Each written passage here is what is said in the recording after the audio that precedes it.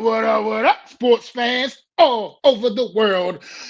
It's your boy, Mac the Giants fan here with my guys, the Horseman, Adam Costas, Zion Zenith. This is the Premium Takes Podcast. Let's Let's go. go. Let's go. Hell yeah. Hell yeah. Great intro as always. We're back in you guys' life on a wonderful Thursday afternoon. Know we've been gone for a while, but let's not spend too much time on this. A lot of things to cover, a lot of great things to talk about, such as the NFL. Marks the new era for the New York Giants. You know, we got our head coach that we all wanted in the way when he popped up, in John Harbaugh. We're gonna preview all of the head coaching hires. We're not gonna go spend too much time on it, gang, but we're gonna talk about them. Then we're gonna go into the big game this Sunday. That is Super Bowl 60. It should be an exciting matchup. Should be a defensive game. Maybe it's not a defensive game. Maybe we all think it's gonna be a defensive game, and it's really an offensive game. Who knows? But we have a fire second-year quarterback in Drake Maye and returning head coach. Mike Vrabel, his first year under the Patriots, taking a third-win team back to the Super Bowl. Since the Tom era, should I say, English has left the chat. That being said, also too, we're gonna talk about our team, the New York Giants. Go on to our hires with Holt, our special team hires, with Matt Nagy as our offensive coordinator. I have some strong thoughts about that. Adam does as well, and I know Mac does as well. We have our defensive coordinator coming over from Tennessee, and then we do have John Harbaugh, and then we're gonna get into a little bit of Hall of Fame. I know these boys was talking before the show, and they have a lot to say about that, so we're gonna get into that. So that's the rundown of the show. But before we begin, we just wanted to give a special shout out to the guys early in chat. What's up, Chad? Thank you so much for being here. What's up, Total? We appreciate you, my friend. We got Coach Talking Sports in the building. What's up, Coach Ed? Please go subscribe to this mofo. He's a real one I know, talks college ball, and one of the real ones, one of the BBQ Big Blue Crews. You know what I'm saying? What's up, Ed? And let's get it, chat. Yep, go Patriots and Mike McCartney's shit. Absolutely, we will get into that. But before we begin, I just want to check in on these boys. Just a little fast check-in. How's you guys been? How's you guys' time off of Premium Takes? And Happy New Year's to you both. So let's get it going. Adam, you can go first, and then pass it over to Mac. Well, it's too late to say Happy New Year's. There's a cutoff with that saying. So now it's just that is true, but I'm gonna still say it. Good to continue. I'm just kidding. Happy New Year as well. But I did have that conversation with someone. I'm like, I told Happy New Year like a week ago. The first time I saw him, I'm like, is that still a thing? Can I say that? No, I mean, it's a little over, but Premium Takes it back. There's been a lot of hot button topics we've discussed in our group chat. Even though you guys think Premium Takes is gone, it really never is, because we're always in a group chat together. So that is our Premium Takes off air. It's almost a spitballing session, and we had one where we decided there was too much juicy gossip to not convey our opinions and then share a little bit with you while we had some time. So I'm doing well. Thank you for asking, Mac. How are you? I am doing great. I'm doing great, Adam, man, and Zion. Good to be back with you guys, man. And I mean, I don't know. I'm 2026 has been off to a fast start as a New York Giants fan. There's been a lot going on, and I'm excited to be back here talking sports with my guys, man. And let's do it, man. Absolutely. Let's get it. Yeah. All right, guys. So a lot of things has happened. So let's just get into it. Coaching around the league. Shout out to the 42 in the chat too. Appreciate y'all coming through. Shout out to the 42 in the chat on God. Yeah. That being said, guys, we're back in your guys' Life's Premium Takes at its finest. Let's talk about coaching, guys. A lot of coaching changes. I'm not going to read it all because that'll take too much time. But I just want to look at all of it that changed. Now, coaching surprises, right? We didn't expect the Buffalo Bills to fire their guy. We didn't expect Mike Tomlin to step down at the Steelers. Obviously, we didn't expect John Harbaugh would be available after 14 winning seasons in Baltimore, being there for 18. One coach that really stood out to me was Clint Klubnik to the Las Vegas Raiders. He's going to be there at Mendoza. I know Tom Brady's really excited about that.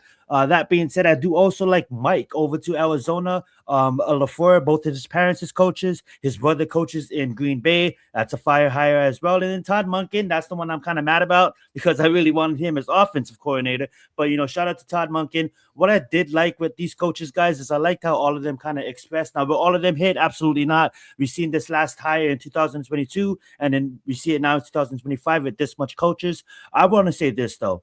Let's focus on other coaches rather than our coach and John Harbaugh for the time being, because we will have that subject coming up later in the show, and that'll be a more fire subject and a more long-term discussion about him and our coaching staff. But is there anybody on this list that you guys are happy about, that you guys think is going to be game changers to the franchise? Before I pass the mic over to Mac, I would like to say this, a fast rundown. I do like that hire of Tennessee's Robert Saleh as well. I'm going to get into some of these guys after the boys give their takes as well. Don't want to hog the mic, but to get him as a defensive mind, that just thought of who else better. And I was screaming, oh, they should hire Brian Daboll. And what does the Tennessee Titans do? They hire Brian Daboll. So absolutely love that one. But just a fast discussion on what you see on this list, what you like, Mac, what you don't kind of like. I know it's too early to tell. Most of them's not going to hit. Most of them's going to probably fail. It's the NFL nowadays. But I'm going to pass the mic over to you. You give your opinions and then pass it over to Adam, and then I'll take it back. Let's get it. Well, let's talk about it. I mean, you know what I love, obviously. You know, I love John Harbaugh, you know, where I love that whole thought of that, understanding that he's now the coach of New York Giants. But I've already expressed my thoughts on that, obviously. I'm curious what Kevin Stefanski is going to be able to do with Michael Penix Jr. down there, or if he's going to pretty much, if he's going to toss him to the side, look for his own guy. You know what I mean? I don't know. I'm curious about that whole situation. Michael Penix's first couple of years has been, you know, a little rough waters. So he's not, I wouldn't say he's necessarily stable and locked in, but I'm curious what Stefanski can maybe do with him potentially, or whoever else he brings in there down in Atlanta, because Atlanta's got a really good team, talented football team that I feel like has been underachieving. They have one of the absolute best young running backs in the NFL right now, and I think that they should be a football team that should be far more competitive than what they have been. So maybe Stefanski can put him over the top, and we'll see what he does at the quarterback position, because I am kind of curious about that. And Ty Monken, man, I don't know, buddy. I think you're going to find out why Cleveland is just not a good job to just jump into, man. Sometimes it's better to just, you know, turn down that shitty-ass head coaching opportunity and do your thing until something better opens up, man. Cleveland has been a place that is an absolute joke. We saw what they did last season, a season ago, with the draft and everything, and how they handled that, just how they handle everything in Cleveland, man. It's a reason that whole entire coaching search was a joke throughout the entire time. Guys were just turning down the job left and right. I understand you want to get in there, you want to be a head coach and all, but sometimes, man, you got to hold out for that right job, and you're going to be a hot commodity next year too. You know what I mean? When maybe a much better job would open up for you. I just think that he's going to find out why Cleveland just ain't it, man. You know, it's just not. As far as I'm interested with Pittsburgh too. It's because McCarthy ain't the kind of hire for Pittsburgh normally at his age. You know what I mean? They usually go a lot younger and expect to keep guys in there for, as we know, multiple years. So I don't think Mike McCarthy ain't got no 20-year run in him in Pittsburgh. You know what I mean? Not at the age of like 62 or whatever he is right now. So I'm kind of curious. That was kind of interesting that Pittsburgh went that direction, something different. So we'll certainly be getting a new Pittsburgh coach a lot sooner than we're used to seeing over the years. And that's really all I got right now with the coaches, man. Good luck, Ty Monken. Wish you best of luck in Cleveland, bro. But it's just not a good look usually. Well said. If I give the mic to Adam, Hugs, thank you so much for being here, my friend. I promise you, I'll probably make you a mod if you can do me a favor. I don't like to make mods immediately. I know I'm back on YouTube, and usually the mods are people that I know. But that being said, you stick around Premium Ticks for a couple of weeks, and you'll be consistent with us. I definitely can make you a mod, my friend. Go, and I appreciate you asking. Go right ahead, Adam. You know, I think this is an interesting coaching year. You look at the carousel that we're watching; it really does like so many different places. But I think they all went, ironically, to all the spots they needed to go to. Right, Arizona, Mike Flores. That's a good spot for a young coach to cut his teeth. Right, Brady getting promoted. In Buffalo, he's already had some success. McCarthy was interesting. He was a Pittsburgh. I see why they did that. Saleh, I think, a great spot because he's not going to have the New York, but he gets a guy who wanted Cam Ward with Brian Dable. So I think if he can work that magic out, they have a weak division there. Well, not really now. I mean, now they have 3 teams there that win games, but they're in a division where they can do some damage.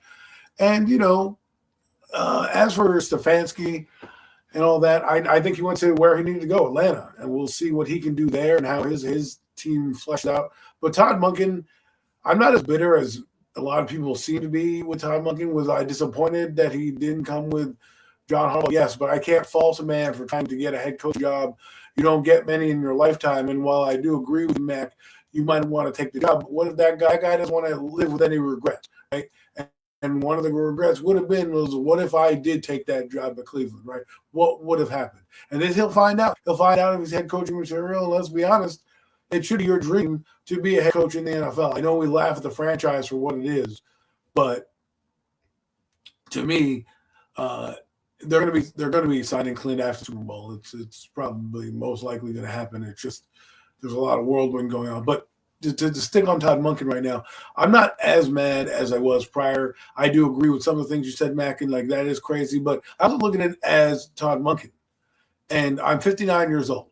Right? When you say, oh, wait to get another job. Okay, let's say he waits with Jim Harbaugh. Now he's 65, and he has no head coaching experience. Guys like that rarely get a job. The last guy that got a job like that is contemplating retirement now with Philadelphia, and that's Vic Fangio. Okay? Vic Fangio, they don't do this anymore. The old coaches, if you look at that, that screen, that graphic, 2 of them are about to be 60 or over. That's Monken and that's Harbaugh. Everybody else is in their early 30s to mid 40s, okay, on that coaching docket. And what does that mean? That means the old guard that we used to see for coaches, the days of Marv Levy's, Pete Carroll's, those guys is basically over. You're going to try the new hot coordinator, the new hot thing, and you're going to see a lot more of these coaches get 3 or 4 chances because of the longevity of the NFL, such as a guy like, 3 guys. I forgot McCarthy's on there. He's over 60 as well. But, you got like Stefanski. Let's say he does okay in Atlanta but gets fired for whatever reason. He'll be probably young enough to get another coaching job somewhere else. Look at Robert Saleh. He leaves the Jets, goes 1 year, makes that 49er defense great, or at least better than you've seen with a bunch of fucking bums out there playing. And he gets a head coaching job. And most people would say that it wasn't his fault in New York. It was mostly they didn't have a quarterback. So circumstances matter. Now, for Las Vegas, Clint Kubiak and those guys, they're young, and these are the type of coaches they're going to acquire, hungry guys and do it. If you say that Monken there, Mac, you just say the same thing for Clint Kubiak, who should have pulled the Ben Johnson and said, "Hey, you know what? I'm not going to be with Las Vegas. I'm going to wait for a better run organization to come around." Well, guess what? Sometimes your opportunity only strikes once, and you got to strike with the iron hot. So I understand why Todd Monken did it. We'll find out if it works. I don't know. I don't think Cleveland ever sets their coaches up for success. But then again, I can't blame him for taking a job when there's only 32 of them in the NFL, and it's a job that he probably didn't think he was getting, and all of a sudden here he is. They're like, "Hey, we want to offer you the position." Yeah, I'm going to call up John and say, "Hey, John, man, I'm sorry, but I'm taking this opportunity." And I bet you John said the same shit. I bet you John was like, "Cleveland? Are you sure? Cleveland? Are you sure?" And he was like, "Yeah, John, I got to do this. This is what I wanted to do." So hold on one second. Well said. Yeah, the only coach I'm kind of wondering about on this list is Joe Brady. I know they did it for Josh Allen, but I just really felt like Buffalo was in a stupid move. Like they did a stupid move by firing Sean. I think Sean McDermott is a well-proven winning head coach in the NFL. I get it. Sometimes you don't get over the hump, but it's just same things that happen to John. Sometimes you can't go out there and play for your players. You can't. You never. I don't know why I said sometimes. You can't go out there and play for your players. And I just kind of feel like for them to fire Sean McDermott was kind of ridiculous, being that he had a winning record over his contract as the head coach in Buffalo. And I wish Buffalo well, but it does look like they're never going to be the Jets. Of course, the Jets just do stupid things all the time. But I can say as long as they have Josh Allen, they're going to be all right. And he has connections with Joe Brady, so we'll see what happens. Are they though? I mean, this is no slight on Josh Allen, but I'm not. Let's call it a spade a spade. Sean McDermott got fired because of Josh Allen's shortcomings in the postseason, particularly in that divisional round game. Was it the divisional round game with all the turning the ball over all over the damn place? I mean, that was awful. It was an awful performance. And I'm sorry, Sean McDermott was punished for that, essentially. And I mean, they're not going to fire Josh Allen. Obviously, he is obviously the franchise. So they had to take it out, take their pound of flesh out on somebody. So they took their pound of flesh out on Sean McDermott's ass, and they kicked him out the door. That's just what it is. That's just what it is. People, you can't dance around it. Josh Allen's great. I'm not saying Josh Allen's not great, but let's face it. He hasn't been getting it done. Seven playoff appearances. He hasn't been getting it done. Yeah, 7 postseasons. I mean, and he's 0-7 with no not Super Bowl. I'm not saying he's played poorly necessarily in these games, because he's had some, he's had some man. He's had some nice moments in the postseason, obviously. Yeah, but they're not translating they're not getting to the bowl.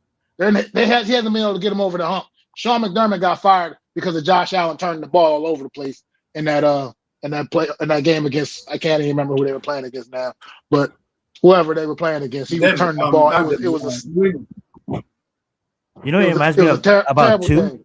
It reminds me about like my other sport I love in the NBA, right? When everybody was looking at Jason Tatum, like, Jason Tatum, you're such an elite player, but you just needed to get over the hump. And Jason Tatum finally got over the hump at Boston, right? Obviously, he's injured now for the past 2 seasons, and hopefully he comes back, and he will come back fire and more potent than ever. But that being said, is with Josh Allen, it's like, you've been to the postseason 7 times.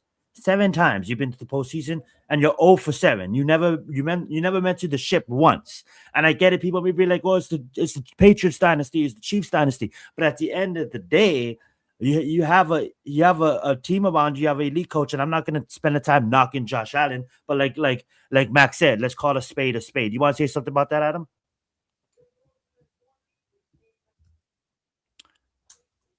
I don't know if he's talking. He's good. Go right ahead. See, I don't agree with that to a certain extent. I think this last game cost his coach the job. It's not even he didn't play. He played poorly. If anybody should have been fired after the game, it should have been Josh Allen. Okay, because of his performance. So I don't want to hear about the marriage not working and all this. You're grown men and you win football games. Isn't that the fucking point of this NFL? Like, I hate all these. Wore out his welcome. Well, what is it? What is the problem? You win too goddamn much? I don't understand. Okay, I don't know what the standard is. As for Josh Allen, he right in the now, we can say that he's going to be whatever. He chokes, he did whatever. Overall, when you look at his career and his numbers, you're going to say that guy's a Hall of Famer. All right. And you're going to have to put in, yes, Mahomes, because that is the same thing. This is what I wanted to bring up with the Hall of Fame. And I'll mention it real quick. I don't take things away from Reggie Miller for losing to Michael Jordan. I don't take things away from Barkley for meeting Jordan in the finals, right? Like, he's still a Hall of Fame player. So when we do this, yeah, did he not win the big game? No, but man, they make the playoffs every year. That's more than I could say for Dan Marino. And Dan Marino is one of the best quarterbacks of all time.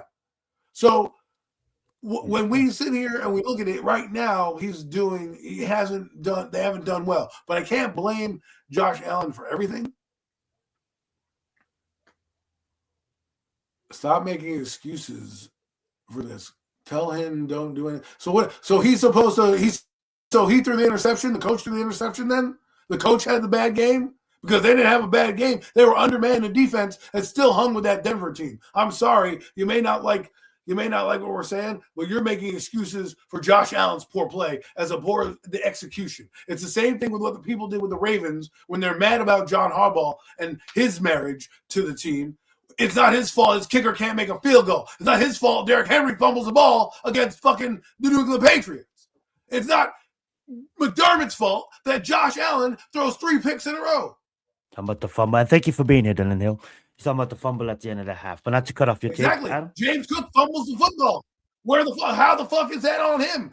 I'm sure they preach, hold on to the football, don't turn the ball over. So I'm sure the coach has done his fucking job. What I'm saying is that people want to get rid of guys. You better hope that Brady gets them over the hump. That's it. Because we sit here and say, well, this guy couldn't do it. I'm not trying to make excuses or feel sorry for him. I blame Josh Allen for this last game. All other games, I blame poor defense with Leslie Frazier, clearly against Tyreek Hill. That guy's still running right now, okay? Like, what are we doing? We can't just not look at the facts of what's happening throughout the game.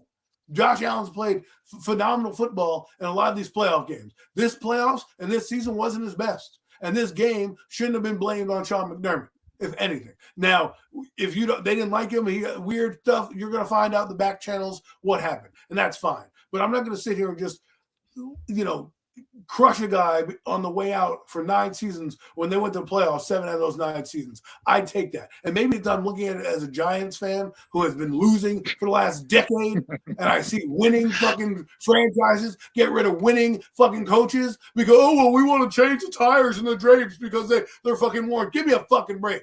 And then you sit there and you're the Cleveland Browns who win shit, who change coaches every fucking week, right?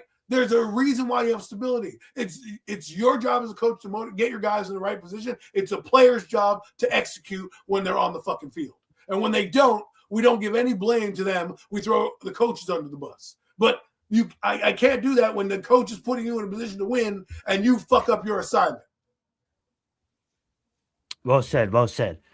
All right, guys, we're going to move on to the next subject, and that is going to be the big game this Sunday, February 8th. Between the New England Patriots and the Seattle Seahawks. And before we talk about the big game, I just want to show you guys some graphics. I know all of you guys know this, but let's just refresh our memory. Let's look at the AFC first. And I found this graphic on a shout out to Fox. They're going to provide our graphics today. Super Bowl wins by division. So when you look at the AFC East, we got 9, mostly due to the Patriots, and you got the Jets back. Can I answer this question real quick? Let me answer this question real quick. Absolutely. For Nathan Manning, Sean McDermott, when he got fired, the coaching search was well underway. I don't think he's going to take a position as a coordinator, defensive coordinator at this point. Actually, defensive coordinator. I don't think he's taking no defensive coordinator job right now because he's a fucking head coach. So next year, he'll take this year off probably, maybe be a consultant for somebody. And then next year, once the season's over again and teams looking for new coaches, most likely he's going to be a top candidate for one of those vacant jobs. I mean, that's just what it is. I mean, I don't know if you're taking a stab at McDermott there when you say, why hasn't no team signed him? I mean, it's just the situation that he fell under. I mean, when he got fired, I mean, there wasn't much he could do.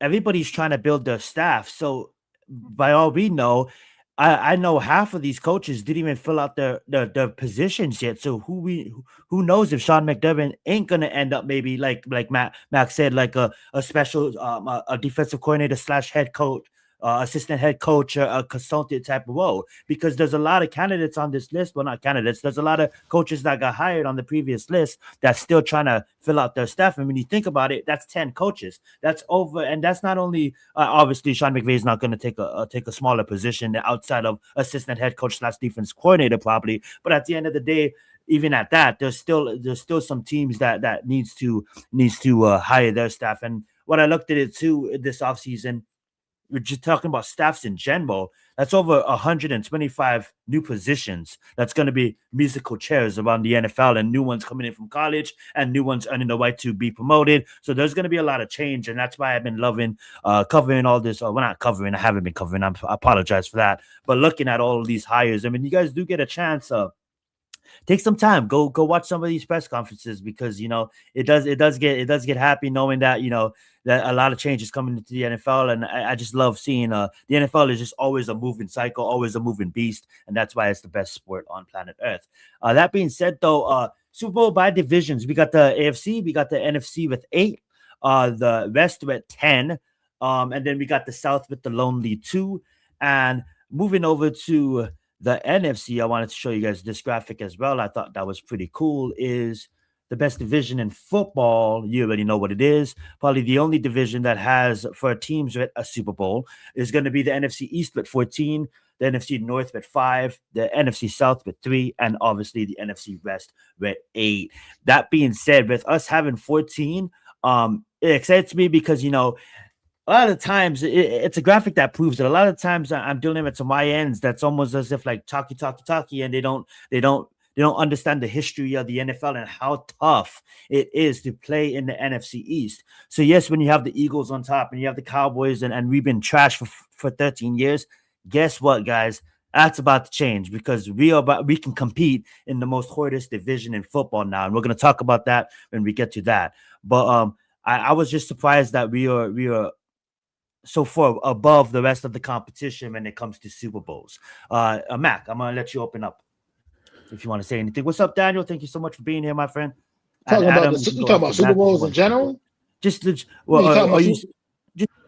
Were you surprised of this graphics, being that the NFC East is far and above everybody with 14, and how tough? I mean, I'm not surprised by it. I already knew what it was. You knew that, I've been following the NFC East for my whole entire football years of watching football. I mean, I already know that historically, right now, is not currently the best division in football, but historically, it's not even close. Not even close. It's not even close. You have AFC not even too? close historically. Yeah, AFC is right here. Adam. I mean, as you see here, the NFC East has 14 Super Bowls. The next closest is what was that? The AFC West with 10, because and of the Patriots. Mostly because of the AFC West, what the Chiefs are doing mostly right now.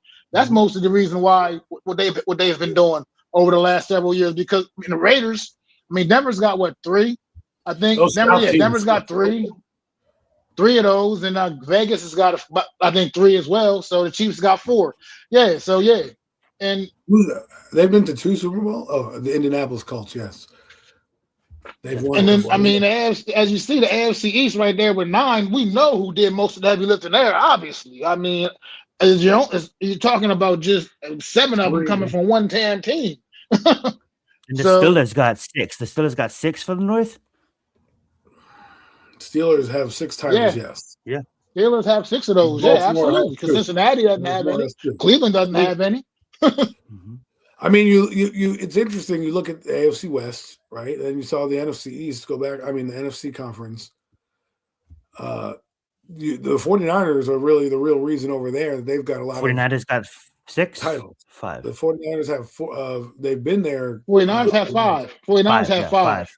Yeah. And the Rams have 2, and the Seahawks have 1. The Seahawks has 1. Seahawks got 1. And Arizona should be over by the South because those teams never win anyways. I mean, Arizona should have had 1. They just couldn't hang on. They just couldn't hang on at the end. You know what's funny? It's like this would have been insane because you look at it. There are not many teams left in the NFC that still need Super Bowl to get there and win. The South has nothing really. I mean, Atlanta's been to 1, been to 2, and maybe 3. I don't know if they went to a 3rd one, but I know they went to 2 in my lifetime. No, they only been to 2. Got annihilated in the first, and shocked in the second. You got Tampa Bay with 3 Super Bowls they've been to, I think, winning 2. No, they only won 2. Sorry, they won 2. They won in 2000. Yeah, they won 2 because New Orleans won 1 too. I mean, New Orleans won the other one in that division. Yeah, and then Carolina has been to a Super Bowl. Well, been to 2 Super Bowls and is 0-2 in their. But shout out to Carolina, right, for being a young team, and even appearing in the game because they're not even 30 years old, if that. Or they're about 30 years old. You know what I'm saying? 30 years old. They came into the league when I started liking. Came in the league about 91 or 92, I think. Oh yeah, so they're not even 40 years old, should I say? Yeah. No, they came in 95. It was 95.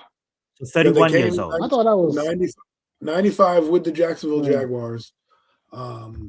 I remember this because I started liking football that season, and they were part of the new, teams that they were bringing in. One from the NFC, one from the AFC, and the Jaguars. I had an affinity for these because they're big cats and everything like that. It's kind of cool names, Jaguars and Panthers. Everybody else had these weird names. As for Baltimore technically is Cleveland, but I call Baltimore their own franchise. I actually think it goes Baltimore. And they started in 96. So, I don't think of them as, I know it's like the Tennessee Titans to me. If you're going to change your name, to me, the history of that one team stops. It's in your history, but to me, the new team begins, right? So to me, Houston, they should get the name and they should have the Oilers old logo because that was the old team. I understand the franchise was there, but you look at it like the Baltimore can never go you could say their history, but right now with Cleveland still being there, it's going to be a blip on the radar. They've moved everything to Cleveland, right? There's really no history past the Ravens. The Ravens are in the history note, basically like now a expansion team. Even though the Browns came back as the quote unquote expansion franchise in 1999, but the history of the Browns, no one's going to. As soon as it's going to be a whitewash, we're just going to see the history of the Browns and no Ravens. Well said. Well said. Another ain't like I just had to Google it to correct myself, but Arizona, right? Like, ain't there one of the tops, like one of the founding six, and like they moved all over the place. So it's like, damn, you had over 100 years to win a fucking Super Bowl. I know Super Bowl wasn't great at 100 years ago, but to win a championship at least, you know what I'm saying?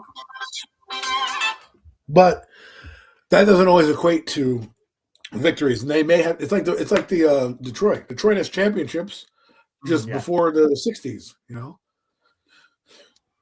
Yeah, because like the Giants have like 12 championships or something like that before this, like with the Super Bowl included. How many championships did the NFC East get when the league had less than 32 teams? Tainted championships. I can't say tainted championships because that doesn't make sense to me. You can't blame somebody for winning a championship because there was less teams involved. I would actually say it's harder when the Giants won those championships and the 49ers won those championships because those teams were different. And they didn't have – if you want to say tainted championships, then you have to say everything from 1993 on is tainted because that's when free agency became a thing. And that's when teams became broken up and you can change. Prior to that, teams stayed. You had Montana on the same team for decades because they didn't really have a salary cap. They didn't do a lot of the different things they did now. And then in 1993 is when they had these Plan A and Plan B for agents. It was a real wonky system, but it really did change the entire trajectory of the sport. Basketball, have you ever seen that movie by the South Park guys? They make a reference in it, and they talk about basketball and franchising, and they're like, that's what's going to ruin the sport. And why do you think they have all these franchise and free agency frenzy now? Without that happening, you don't have that. So I can't say championships are tainted because of 32 teams. If you want to make that argument about being tainted, then you have to start at 1993 when the free agency crop began, because then you don't need to worry about drafting players. You can just sign super teams, and sometimes they work out quickly and sometimes they don't, but you can quickly just assemble a squad and go, whereas in the 80s and 90s, and even the 70s, why teams were bad for decades because they were bad drafting. They were run by terrible ownership, and they didn't have any way to kind of acquire talent quickly. They had to use it through drafts and only trades, right? Now, come 1993, Reggie White was the biggest domino that fell kind of in that era, and correct me if I'm wrong, Mac, and that kind of started what we have now as the modern day free agency, and that to me is what changed the game. If you want to talk about tainted championships, to answer that gentleman's question, that's when I would, if you want to put that on a team, that's when they would begin. Because without the mid 90s, I never thought I would see Joe Montana leave, but because we have free agency. I'm sorry, Adam, but I mean it's not tainted because it doesn't matter that how many teams. I mean, winning a championship is winning a championship. It doesn't even, honestly, to be quite frank, it doesn't really make sense to me when you say something like that, because it's like saying, okay, well, Jim Brown, when he played in the years when he played, that they only played like 10 games. You know what I mean? Or whatever, however many games they played in the season when Jim Brown was playing, and he had to do all the things he was doing and less games than what these guys are doing it now. That doesn't mean you just say, or take away what these guys are doing now, because when Jim Brown only had 12 games to do it or whatever it was, however many games he was playing, it's just a different era. I mean, it just is what it is. If anything, that's just the league grew. The league is going to grow. I mean, you can't expect to sit on everything. I mean, but think about what you said. The records now should be tainted because they're adding 17 games. Jim Brown did that rushing in 12, right?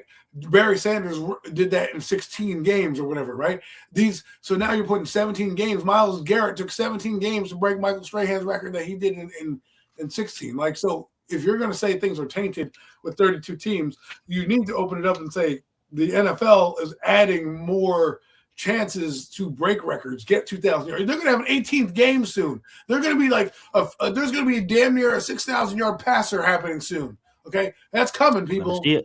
And we're going to sit there and we're going to say, wow, look at these bums from the 1960s who only threw 2,000 yards. Well, that's what I wanted to point out too, right? Like, and we thank you for being here, Nathan, and you'll be on a part of the show because we're commenting on your comment is are we not going to count sacks when, like, so it's not a sack because we didn't count sacks in the early days when they clearly sacked the quarterback? I looked at it like that, right? Because times change and things change, and like Adam just brought up or Mac just brought up, eventually we're about to get 18 games, and yes, as a Giants fan, I'm happy for Myles Garrett that he did sacks it. Lawrence Taylor's rookie season.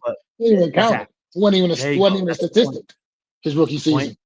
Point given. I absolutely love it, guys. All right, let's move on to the big game. But before we do, guys, I do want to point out something. This is not a show about politics. I don't think politics has nothing to do with sports, but I just want to give you guys an alternative. If you guys don't want to see that halftime show that's just probably going to be really political and really just not what I'm into, you know what I'm saying? You can go to the Turning Points YouTube channel. They're going to have the All-American halftime show. If you guys don't want to watch a political play at the Super Bowl halftime, where I don't think sports has nothing, politics should not do anything to sports. I don't know why obviously it's too late to rebook, but that being said, you guys can go watch Kid Rock and a few other country artists do their thing on the Turning Points YouTube channel. So just to give you guys another alternative.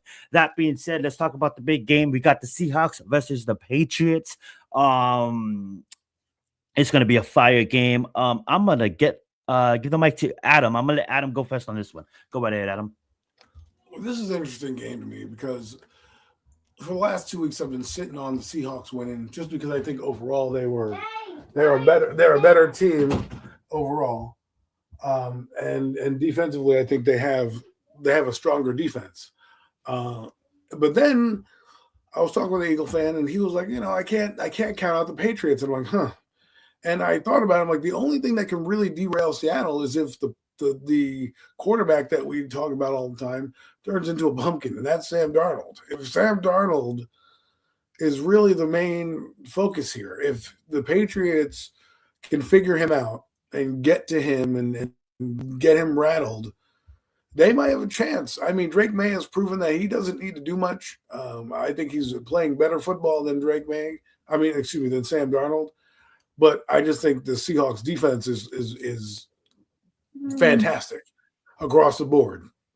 And I think the skill position players lack a little bit over against in New England. And I don't think they have the same kind of swagger that they do with when they had Bill Belichick. I'm not saying they can't win, but it's a hard game to pick. I'm still going to stick with Seattle, but I can see them making a case for New England. But it really comes down to Sam Darnold because he's going to do, and I think his storyline is pretty big. And I wouldn't be surprised if the NFL rigs the game anyways in Seattle's favor because they're trying to sell the team.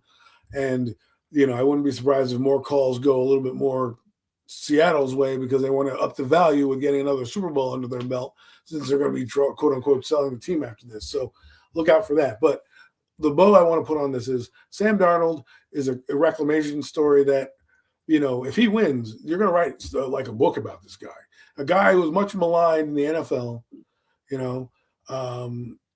who really took a beating in New York, had to go to 3 different stops, went to what now you have to call quarterback U in both San Francisco and Minnesota. Those 2 guys know how to fix quarterbacks. He went to Kyle Shanahan from leaving Carolina, got his mechanics fixed, kind of looked a little shaky, but you're like, all right, he can kind of play, he can at least be a backup. Went to Kevin O'Connell, and at that point, became a difference maker. And I think this last game he played with the Rams, he had a chance to wilt, and he didn't. But this game is bigger than that. And when it comes down to it, will Sam Darnold rise to the occasion? That's my only question mark about Seattle. Other than that, if Seattle had, if Seattle has Drake Maye, I'm not even questioning them, possibly losing.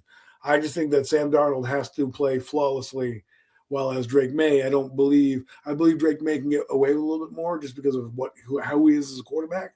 I'm not saying turn the ball over, but I'm saying he doesn't have to have for them to be successful. While I do believe Sam Darnold's going to need to establish that he can pass against New England because they're going to try to stop that run, make them one-dimensional, and really say, hey, Sam, let me see if you can win. When on the other hand, you can see the Patriots, they know how to win in many different ways. So they don't necessarily need to lean on Drake Maye the same way that Seattle, I believe, would have to lean on Sam. Well said. We're gonna get Mac's takes, and then I'll pull up a comment. Go ahead, Mac. Well, yeah, I think this is definitely Seattle's game to win, man. I just slightly disagree with you a bit. I mean, overall throughout the season, Drake Maye played, I think, better overall than Sam Darnold throughout the season. That's what I said. In this postseason, in the postseason though, these last couple postseason games, I mean, I know Drake Maye played one game in some really pretty shitty conditions, but at the end of the day, I still Sam Darnold's been far more efficient in the postseason than Drake Maye has. Sam Darnold has JSN, who is an absolute animal, animal. He's a killer. He is a killer. And then Kenneth Walker III is not getting nearly enough love in the Seattle offense either, man. That guy's a difference maker in the backfield, and I think what Seattle can do defensively might be a little bit much for the young Drake Maye and the Patriots. I'm not just they've had a phenomenal year, but let's not forget they played a last place schedule. People, always throw that out there. Throw it out there. They played a last place schedule, had a phenomenal year, but I just think this Seattle defense is built different, man. What they do, and I think they're going to come out there, going to have a game plan. They're going to come out and try to confuse the young quarterback on this stage, and I just think it might be a little too much for the Patriots, man, in this game. And I think Seattle is definitely their game. I think it's their game to lose. Honestly, I just don't really like the matchup, and I think with the way, like I said, with the way I watched Sam Darnold play in this postseason, I mean, like you said, he had an opportunity to absolutely fold in that championship game against the Rams. He did, and the old Sam Darnold would have absolutely folded, but it ain't the old Sam Darnold no more. And like I said, JSN, man, is a killer. To me, JSN and Puka should be the top candidates for MVP, if you ask me, honestly. But this is a fucking quarterback award. We know what award one of them going to have to settle for, obviously. And is the offensive player of the year. I mean, it seems like whenever Sam Darnold has any doubt, he knows he can rely on, what's he, number 11, I believe he is. JSN's like he can just get the ball out there to him. And good things are going to happen, and that's pretty much what he's been living and dying with all season. And then even in the event that the Patriots have a way to slow down JSN, then you still got guys like a guy like Cooper Kupp out there, who's a savvy vet, been in the big game before. He's been on this stage, so his moment's not too big for him. He may not be the same guy he was a couple of years ago, but he's still a damn good football player, man. And I just think, like I said, I think Seattle might just be a little too much for him, and it's not taking anything away from the great season the Patriots have had. And Drake Maye is definitely a shining star, and he is going to be something to be seen for years to come, man. But I just think right now in this moment, I just think it's just Seattle might be too much. And Kenneth Walker. People are sleeping on him way too much. Nobody's giving him the love that he deserves, man. Kenneth Walker is a legit running back in the league, and he's an X factor in that Seattle offense. I'm going to counter 2 points that you made real quick. Go ahead, Adam. And to play on the Patriots side. You talked about experience. Mike Vrabel has it. He's been a coach in the Super Bowl. He's been a player in the Super Bowl. He understands big games. It's not. You saw what he's done with his team and how to get him there. The other point I want to make is I'm tired of hearing about the teams they played, because they can only do what is on their schedule. Now, if they sucked this year, we would have looked at the same schedule and said, look at the schedule they played. They beat them. They lost to idiots. Like, we use that to move the chains and move goalposts and make it seem like, oh, well, they beat their teams what they needed to beat, right? And then when the money came down to it, they ended up beating teams in the playoffs too, who were the best teams they played on their schedule. So they can play everybody now. And I think they've matured and learned. And to me, I just don't want to use that narrative. I mean, I know this guy thinks that we're disrespecting the Patriots, and I don't think we are. I'm not. I'm not disrespecting them at all. I respect them as a good team, a good young team, right. But I just don't think they match up well with the Seahawks.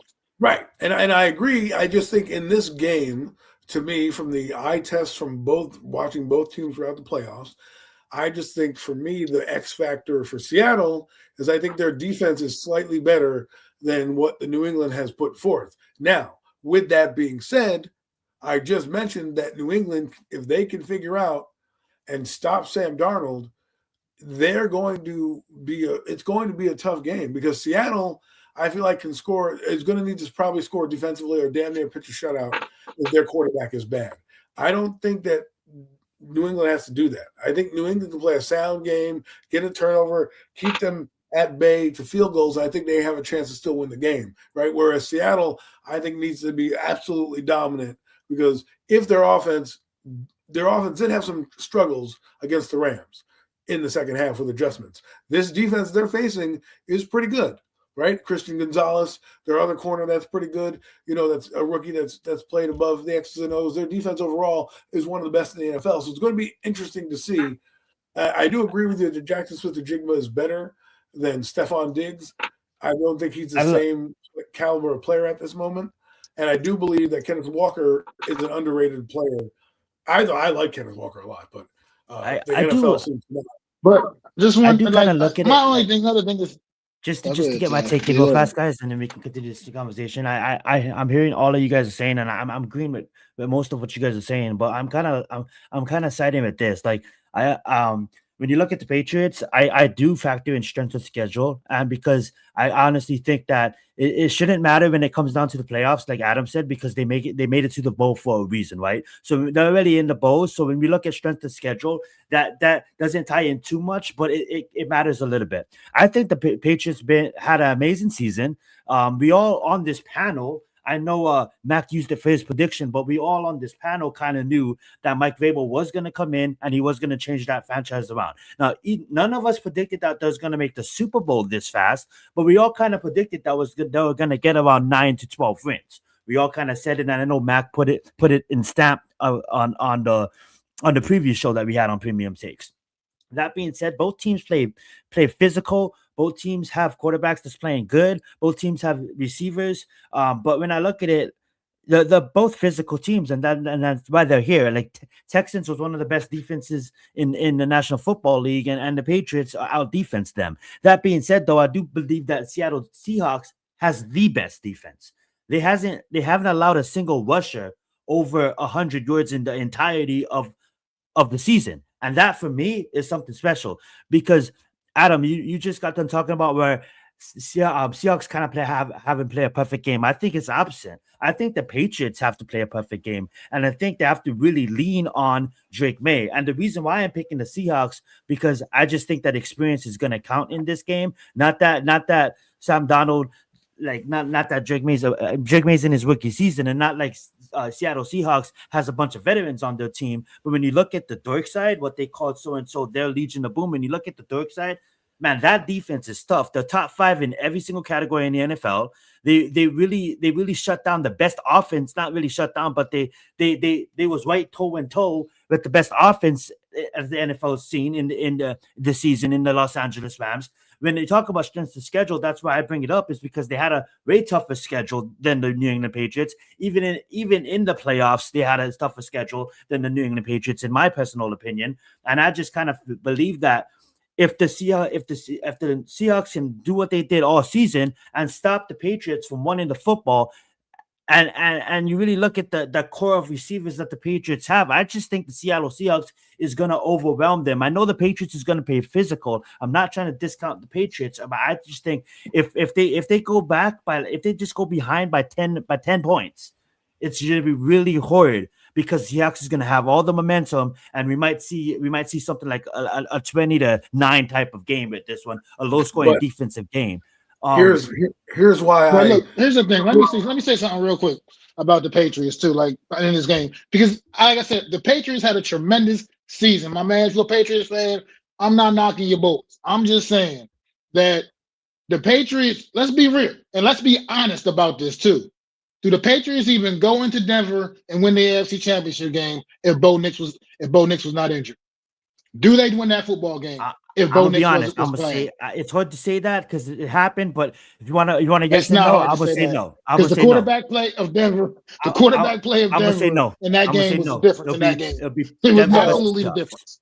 Denver versus Seahawks. Yeah, I It was would agree on that. absolutely the Look, difference in that Mhm. game.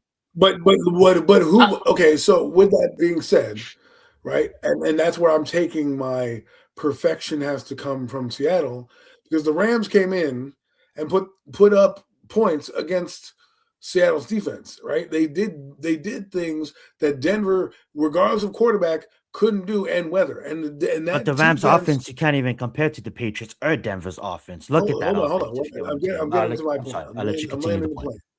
My bad. My bad. I just feel that for me, the pressure on Seattle is a lot more offensively, and they have to play a perfect game. Whereas I don't feel that New England needs to do that because I feel like they can get away with dinking and dunking their way downfield and playing ball control and conservative. Where I don't know if Seattle can win like that because I don't. I've seen Sam Darnold have games where you're kind of like, oh, and you're kind of like, all right, man, can he get through it? And he did have a couple picks in this game as well. And I'm just saying, if he gets rattled, and I just don't trust him.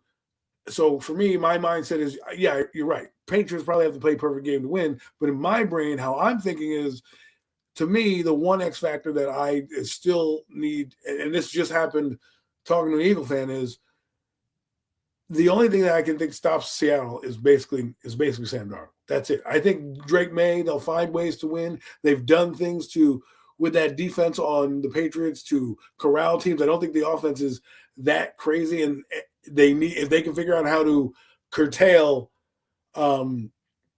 Jackson Smith-Njigba, I think they'll be able to handle Cooper Kupp and the rest of the skill position players. Now, offensively, I just think Josh McDaniels has a playbook where he will figure out how to make the game easy for Drake and not put him in the harm's way that he needs to on this vaunted pass rush, where I don't see Sam Darnold having that same leash. I think if they get behind, you playing into the Patriots' favor right now. If the Patriots can get up and win, I rather take my chances rushing a passer against Sam Darnold than having them be up and giving the ball to Kenneth Walker, who I think is going to gash them if they're not careful. So that's why I guess that's where my mindset is. I don't disagree where the Patriots are the ones that have to play perfect. I'm saying for my scenario in my head, how I see the game playing out, and it could do this way. The X factor for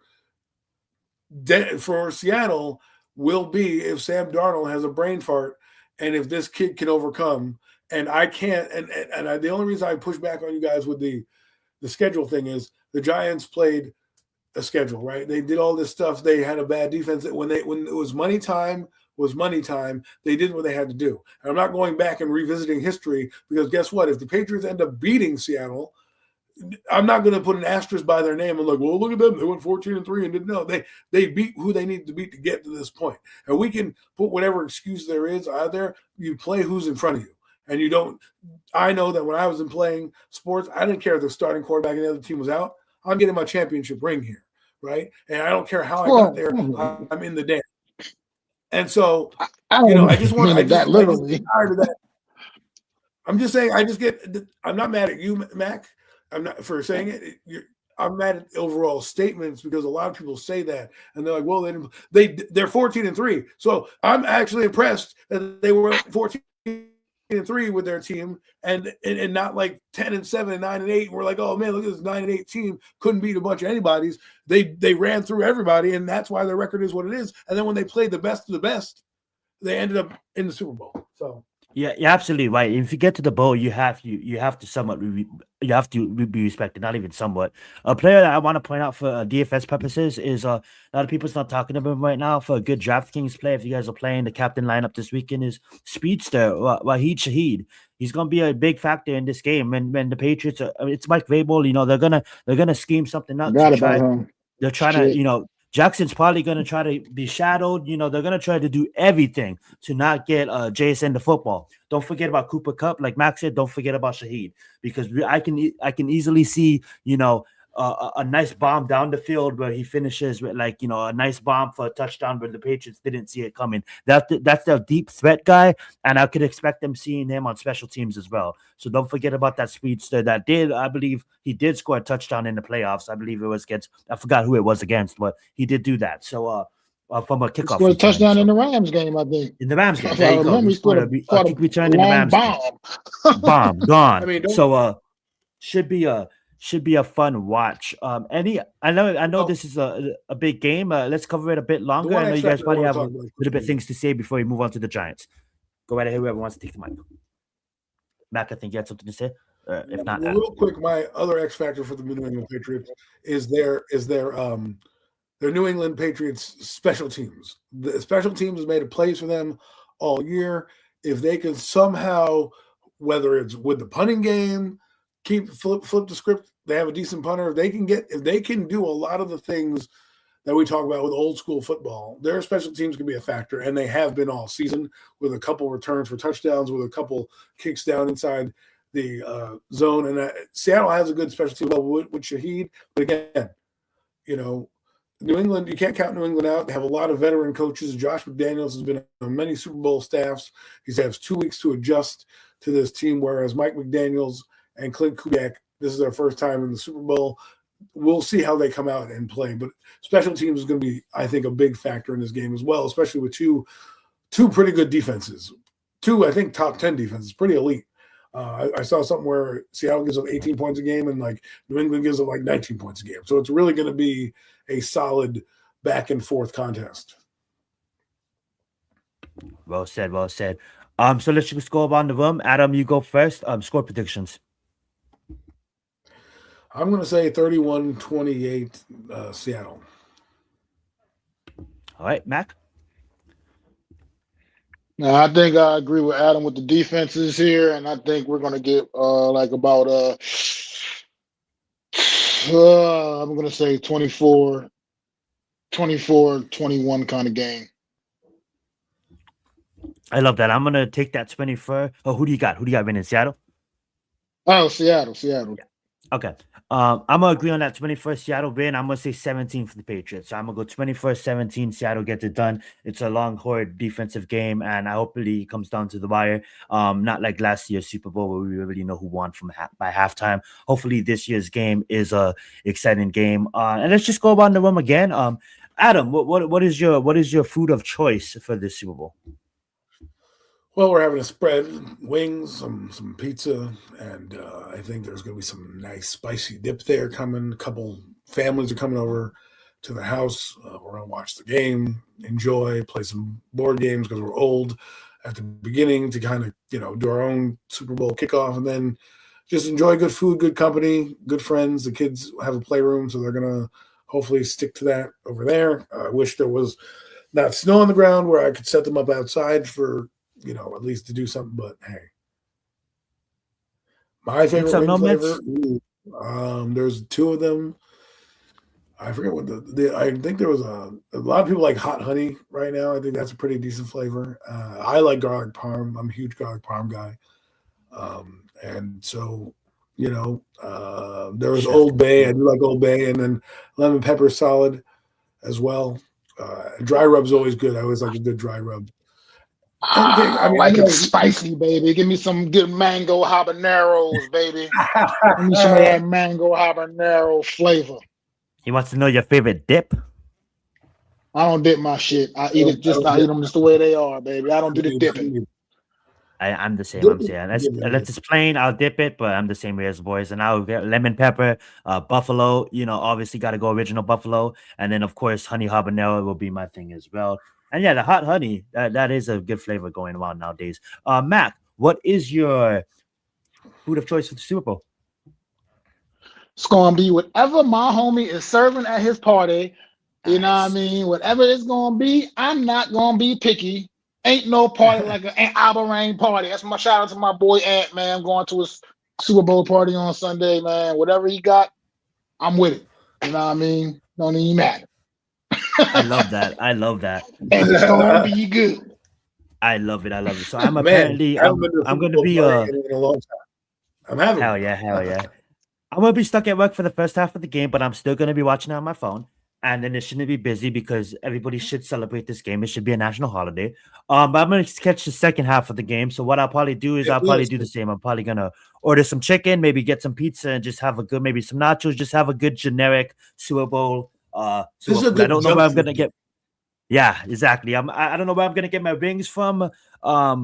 Yet, but I might go a little bit spoiled because it is a big day. Awesome. All right, guys, You know, let's move on. it's a And big junk food day. You have to have, yeah, what we need to know probably. is if you're drinking a beer, what is your beer that you're pulling out? I know my friend is he's bringing over. I think he's bringing over Modelo's, Oh, Stellas, who knows. love But that. is there a drink of choice for anyone that you're going to make? Is there something you're looking forward to that someone has at their house? Yeah. So That you guys- last I year, mean, this is my first Super Bowl I worked in like 10 years, so I'm grateful, and I didn't want to complain about that. But last year I was on my Hennessy and Coke. This year I'll probably go light. I'll probably go beer. I'll probably go, like you said, Adam, some Modelo's. Or I might have Blue Moons and some oranges. I do love my my white pale ales. What about you, Mac? I don't have a go-to specific because I go to the liquor store and I look into the cooler and then something moves me. You know what I mean? It's Whatever you usually feel some like. kind I of like that. thorough ass IPA because I'm an IPA guy. I Love love those IPAs. See, hops. Give it to me, nice. baby. The stronger, you know what I mean, the better. So I ain't got to fill up on beer because a couple of them Yeah. will get me where I need to be. And, I'm good with that. And it depends. I don't know what it's going to be. It depends. I go in the store, I always come out with something different, man. I don't, you know what I mean? So I that's love just what that, it and is. I've been diverse buying beer lately as well. And you said it right. You can get a good high percentage. You don't have to be there with a blog. You feeling bloated off of these 5%. I love your style, Mac, and I do that too sometimes. Let's get it. IPA hardcore Mac says no, man. I love IPAs as well. Let's get it. That being said, Absolutely. guys, let's move on. Oh wait, hold on. We can't move on. Super Bowl MVP. Go right ahead, Mac. Sam Darnold. I love that. Well, Adam. since you picked him, I'm going to be different. I'm going to go Kenneth Walker here. He's going to be the man. Can the defense win the MVP? Can like the whole defense win the MVP? Is that possible? Yeah. I'm gonna say the but defense. you It's not can possible. Okay. not the entire defense. They're not going to give the entire defense. Yeah, They'll give it to that's true. somebody. One person on the defense, Von maybe. Miller, the last Super Bowl MVP defensive player. Actually, might have been Aaron Donald. Yeah. Or did they get that distinct? It was either Von Miller, Aaron Donald. No, I think the last I don't know. I don't know who won MVP that year. Yeah, that's gonna be tough. I'm gonna play the when the safe Rams route. won, when the Rams won, I don't know who the Super Bowl MVP was. It wasn't Aaron Donald. I don't think. I don't know. Yeah, I'm gonna sorry. take the safe route. I'm gonna go with Sam Darnold as well.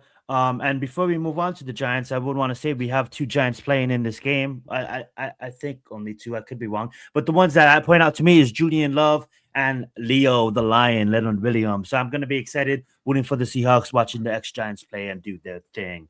That being said, guys, you leave the Giants, you go win Super Bowls. That's the mantra. Huh?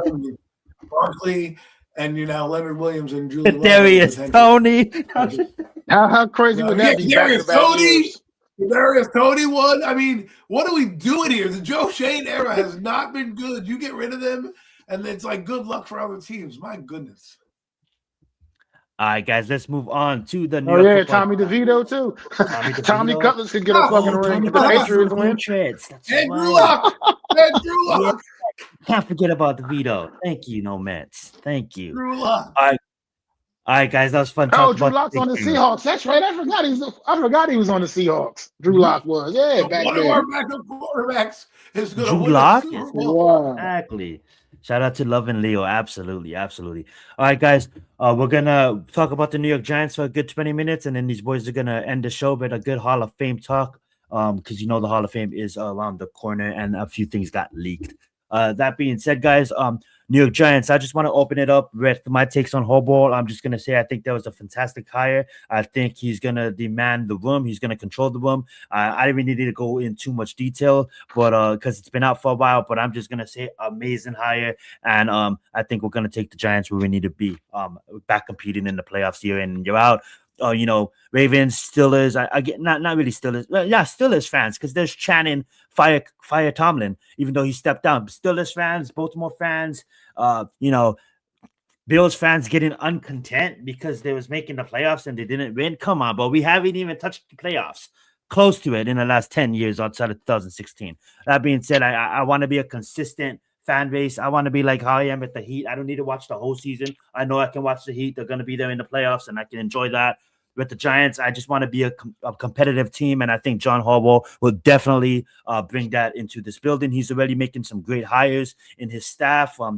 Bringing in that lady from the NFL and all the changes he's making. I'm not going to get too far into it.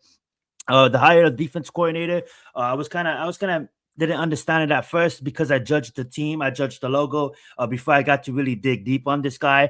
While I was digging deep on him, I realized that, oh my God, this guy can actually utilize his players and put his players in the best positions. He's probably going to be playing a lot of press, something that our ex defensive coordinator before shortly didn't do, and I think Wilson is gonna make the game easier for our best player on defense, that is Dexter Lawrence, that did come off of a bad year. I think it's going to be focusing on him more and then surrounding everybody in the secondary, and he's known to develop secondaries. So that's what I really did like about him. With our special teams coordinator, what I know is he's an elite special teams coordinator coming over from Baltimore. I'm just gonna leave it at that. I think he's just gonna be great. He's obviously our assistant head coach as well under John. So I honestly think that's a good hire. Special teams has been lacking. Hopefully we can get that built up, and I honestly think we will get that built up. As far as the offense coordinator, that's the one I was most shocked about. That's the one where I reacted the most about when that first got hired. He wasn't on my list, especially when we have people like Cliff out there, where we have people like Brian out there. I just didn't understand why we bring in a guy like Matt Nagy, but I did first off, I did judge him. I judged him at first.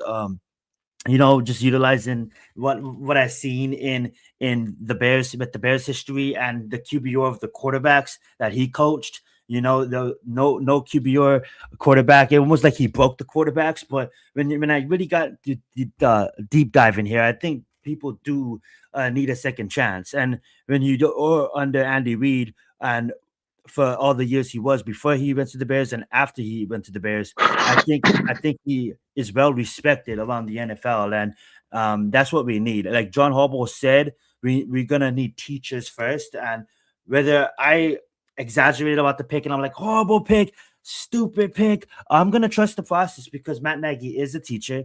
He's well respected around the NFL. I know the Titans was looking to hire him as their head coach. And he's been around the game for a long time. I just what my concerns is his quarterbacks he coached when he was at the Bears, just the QBRs and things just didn't look right, and he didn't call plays in Kansas City, so it's hard for me to really grasp what he's going to do for the Giants. But what I'm going to do is I'm going to trust the process. I'm going to hope that Matt Nagy took that 3 years under Andy Reid, and he did help Andy Reid scheme up, and he does have a good relationship with Patrick Mahomes. But I hope that when he comes back to call plays, before, like, you respect him as a coach around the league, but nobody was scared to play. It's not like people stay up all night to play your Sean McVays, to play your Kyle Shanahan's. Nobody stays up all night to play Matt Nagy, and that was my first take on it, right?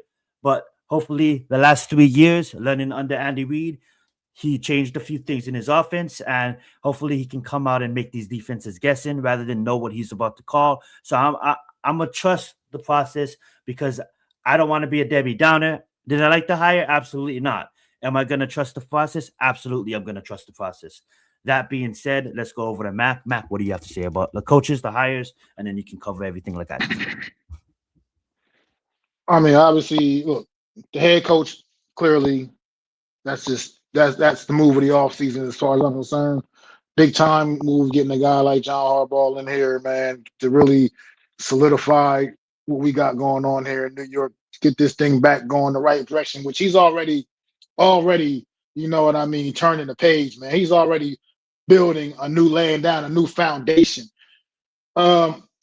and I've talked so much about John Harbaugh the last couple of weeks, I don't know how much more I can really honestly say. I mean, but let's talk about Matt Nagy a bit. Not a big fan of his. I'm honestly not, and to be this, but I trust in the process of John Harbaugh, man. I trust in what he knows, his knowledge, his ability to put together a staff. And I'm right now. That's all I can do. I'm not necessarily a big fan of this move here with Matt Nagy. He wasn't even really on the radar, so he kind of just came out of nowhere all of a sudden. I mean, Davis Webb got scooped, got retained by the Broncos, and all of a sudden it was just like Matt Nagy. Like I don't even know where that came from. Didn't even know he was even like a person of interest. But I trust the process with Matt Nagy. I'm not going to hold too much against him when it comes to Justin Fields because Justin Fields fucking sucks. Let's face it. He wasn't good for Mike Tomlin either. He wasn't good for Aaron Glenn last year. I can't. I'm not going to completely, dismiss Nagy because of Justin Fields' shortcomings and Mitchell Trubisky. I mean, I just don't know, man. So I can't. It's hard. It's hard for me to do that, man. With a guy, and all I can do is trust the process here with John Harbaugh. Like I said, I believe John Harbaugh was the right guy for the New York Giant job. He picked Matt Nagy to be his OC. Right now, I'm gonna just roll with it and see what happens, man. As far as Denard Wilson goes, man, I think this could be a good move, man. Defensive coordinator. I think he could. I think he's a little better than people give him credit for. I think he can maybe potentially really upgrade this secondary. Maybe even, do I dare say maybe revitalize the career of a one Deontay Banks? Maybe. Because he's going to come in and bring in a scheme that's going to be a little better for Deontay Banks.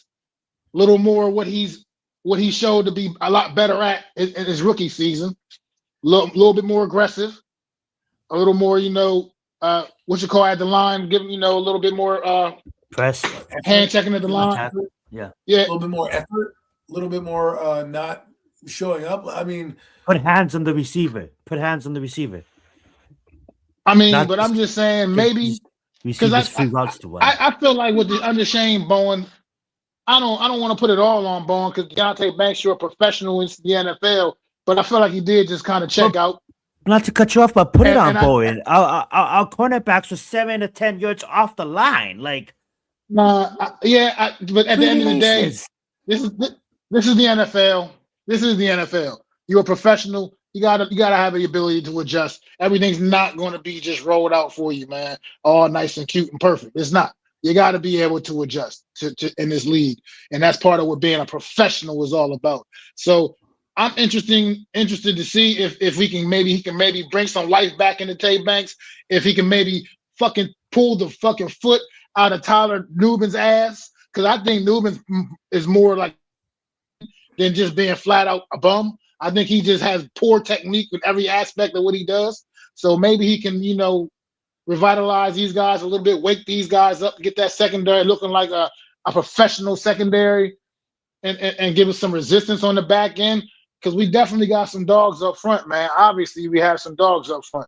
So I'm kind of excited from that aspect to bring that aggressive play calling back to New York. And he doesn't do it. He does it with not as much blitzing. He's not a big, heavy blitzer guy. He's just really aggressive. He disguises the blitz a lot. You know what I mean? He has a lot of I think it's going to be interesting. I think we got some really good pieces. We add some more, obviously, this offseason through the draft and free agency. I like the hire of Denard Wilson. I really think this is going to work out, and this could be the answer for this defense right here, man. Knock on wood. Well said. Adam, what's your takes about the coaching hires? Well, I'll start with Denard Wilson. I'm intrigued by him as a young up-and-coming D coordinator. He did have a malign season in Tennessee.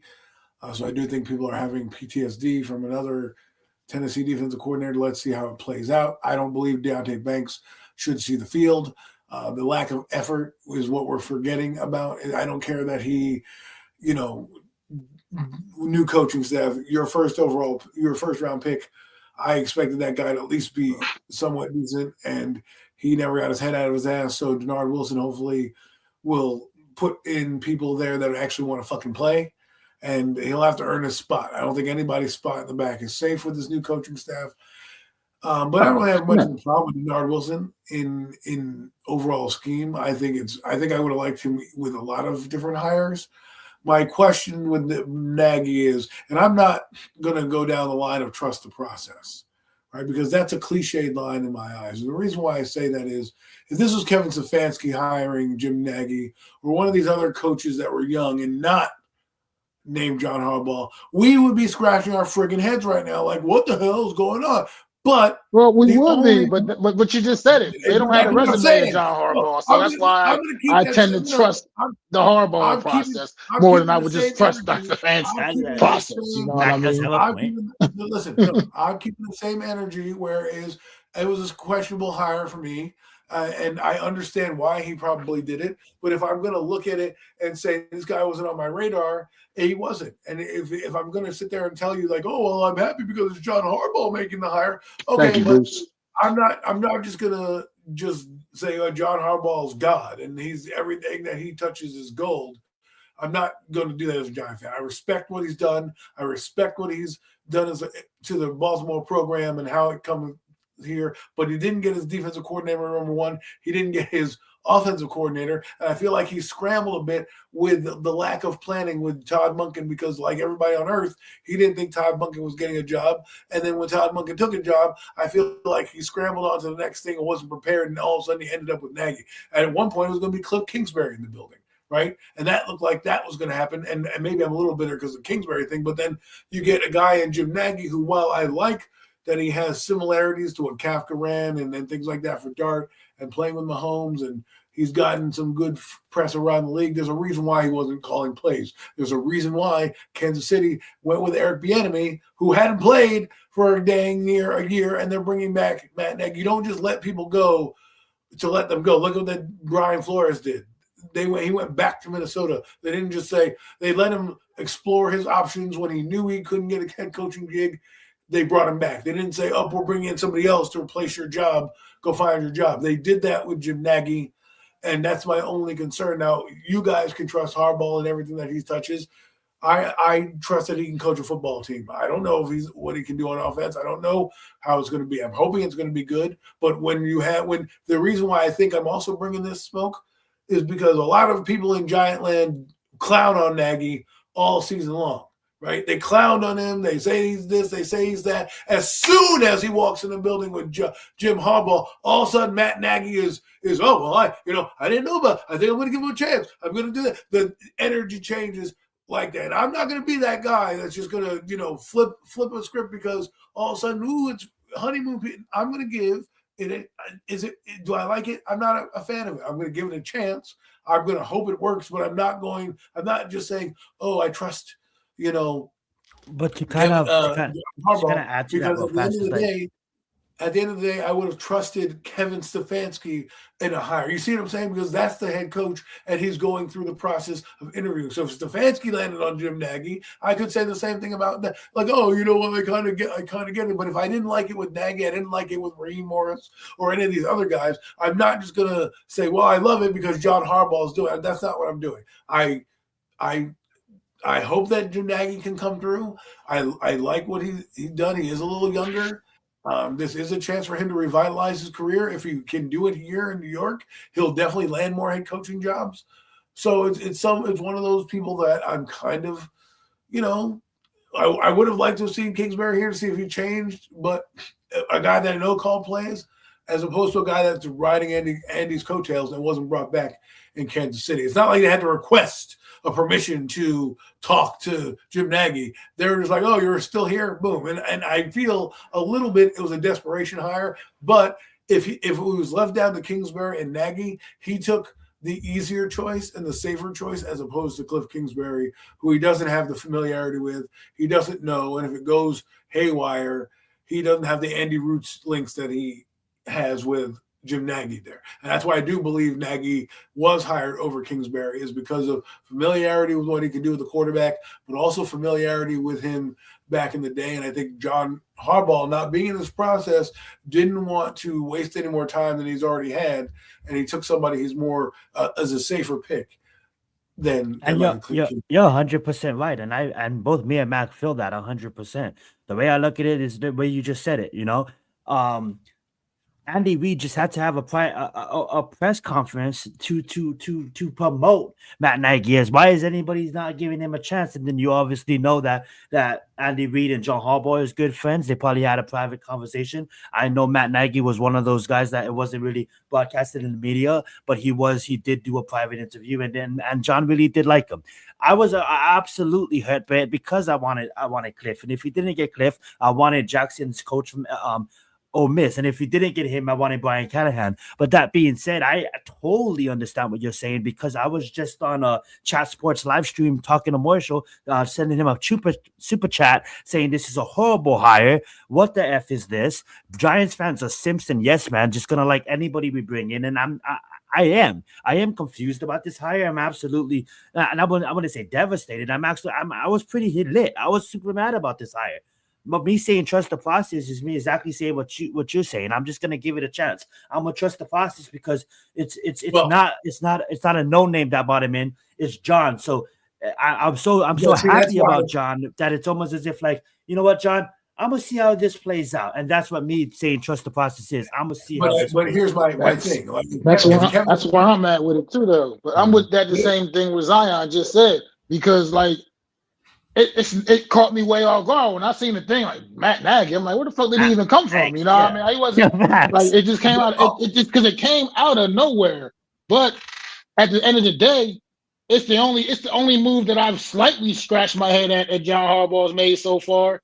And I'm not going to go over the top because I still feel like he's breathing new life into this franchise. And I'm going to right now have faith in what he's doing. I'm going to have faith in his vision. Is what that's what I'm basically saying. I have faith in his vision.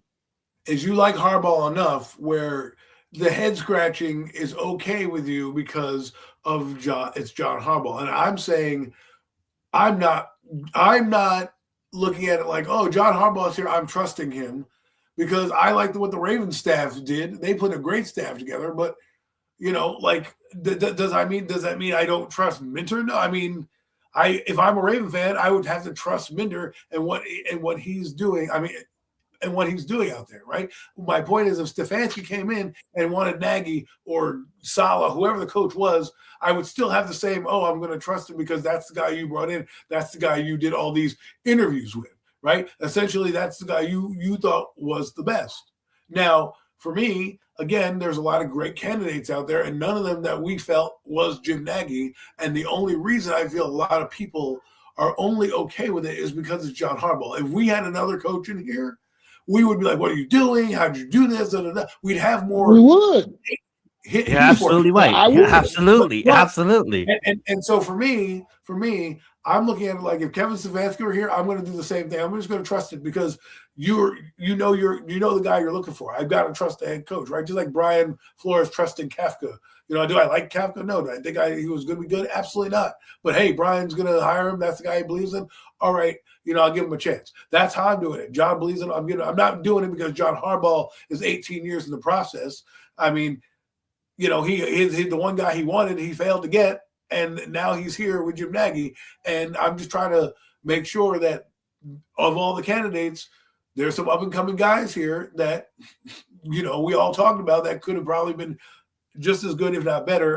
And I would have still said that if he hired Davis Webb, I would have said, oh, wow, I'll give Davis Webb a shot. He's young, I guess, John Harbaugh and everything. Even if it was Stefanski. I would have been perfectly fine with that. That's what I would have loved Davis Webb, honestly. I would have loved I wanted Davis Webb. For me, I'm not just going to say I love the Jim Nagy thing because of John Harbaugh. I'm going to be like, right, well, that's who Harbaugh wants, right? I'm not going to be like, well, John Harbaugh, trust the process. That's not me. I'm not going to go blind and say, I don't really trust it right now. We'll see if it works out. Just like it would be if Kevin Stefanski were here, I'd do the same thing. I don't really like it, but Stefanski chose the guy. Let's see what happens, right? I'm not just basing this off of John Harbaugh's here. He's the savior. he poops gold. I'm not, his offensive coordinator is going to be great just because it's John Harbaugh. I'm giving him the same treatment I would give if Kevin Stefanski were the coach, anybody else was the coach, right? The hire wasn't great for me. I understand that he's John Harbaugh. I get that he tried it out. We'll see if it works out, but I'm not just going to blindly do it. John Harbaugh has earned one thing from me, and that fact is he's the Giants head coach, and I believe that he can coach a football team. He does. His offenses, he's chosen Greg Roman and Todd Monken. Right? Greg Roman wasn't great. Todd Monken was actually good for Lamar Jackson. I understand the familiarities with Jim Nagy and why he would pick them. If I was in his position, I'd probably be a little nervous too. Shit, I can't pick Davis Webb. I can't take, Charlie Weiss. Todd Monken's gone. Kingsbury or Nagy. Well, I'll go with a guy I know who's played with Patrick Mahomes and a guy that I'm familiar with in Andy Reid who might have some concepts I want to run here, as opposed to Kingsbury who might not mesh well with me and might be a little bit more of a headache. So I'll take the safe pick. So for me, I'm not looking at it like with John Harbaugh. I trust the process. I look at he had the honey badger. I thought we were going to get Jim Leonard, and I do believe, I know I'm rambling here, what I believed a lot of people believed is John Harbaugh was the guy, and a lot of people were going to come here and just drop everything and just sign with John Harbaugh, and it turned out that is not the case. So for me, I'm looking at it like, John, you have a lot of expectations on here. I trust who you are and what you've done, but I have to give that same benefit of the doubt to every coach that would have been here as a Giant fan for me. So I'm not just going to say, well, I'm trusting him because of John Harbaugh.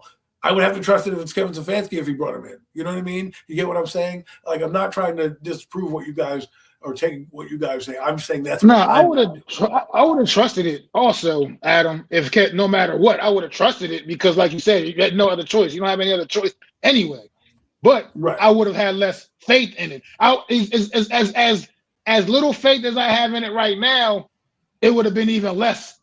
I just feel more confident with a guy like Harbaugh making that decision because his vision to me is something that I respect more than these other guys, like Stefanski's and these other guys. I mean, I just respect what John Harbaugh is. Let me address No Mets real quick in the chat.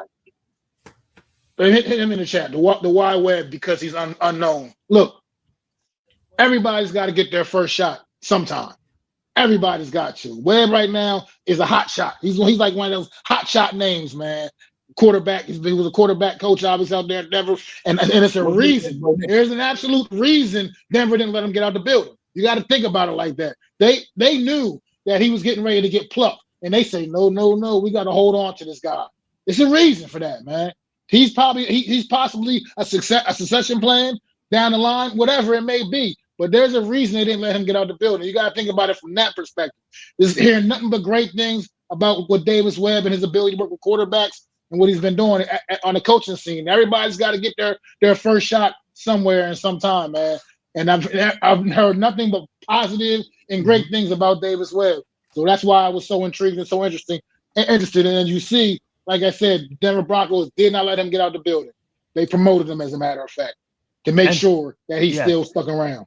To add on that, No Mets, even when he was at Texas Tech, he already knew that he wanted to be a coach in the NFL. He already knew realistically that he wasn't going to be a top pick in the draft. So he already had his mindsets on coaching at Texas Tech. And when he even was here at the Giants, I hate saying this, but he did help develop Daniel Jones as well. Every sideline that he'd been on as a player, he was a player's coach. And like Mac said, his development over the last 6 years in the NFL of him coaching up these young quarterbacks, his resume, when you really take the time to really look at it and dig in on it, it really speaks Sanders. And every organization has a person that talks highly. I want to say every organization, but he's talked highly of around the league. And for Sean Payton to fire his offensive coordinator and promote Webb, that tells you something right there. I think Webb is probably going to be in the head coaching search again in next year's cycle, and I think he'll probably be a head coach here in the next couple of years. When you look at it, we just got done talking about it too.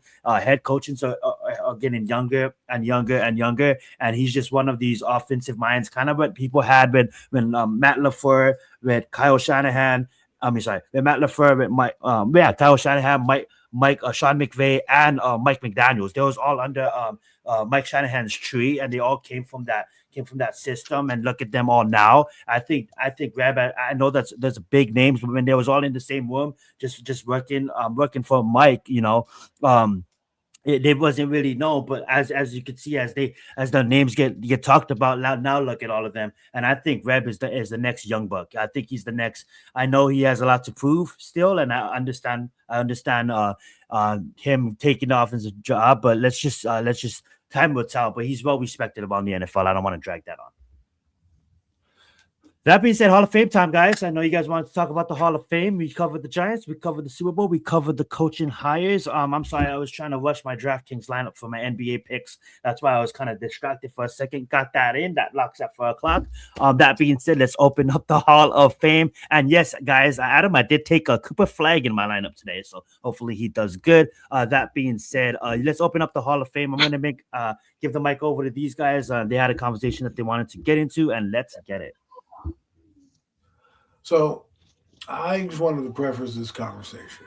So I was browsing the internet, doing my thing at work. And I found out that Roger Craig, spoiler, is possibly going into the Hall of Fame, most likely going into the Hall of Fame, right? One of the inductees.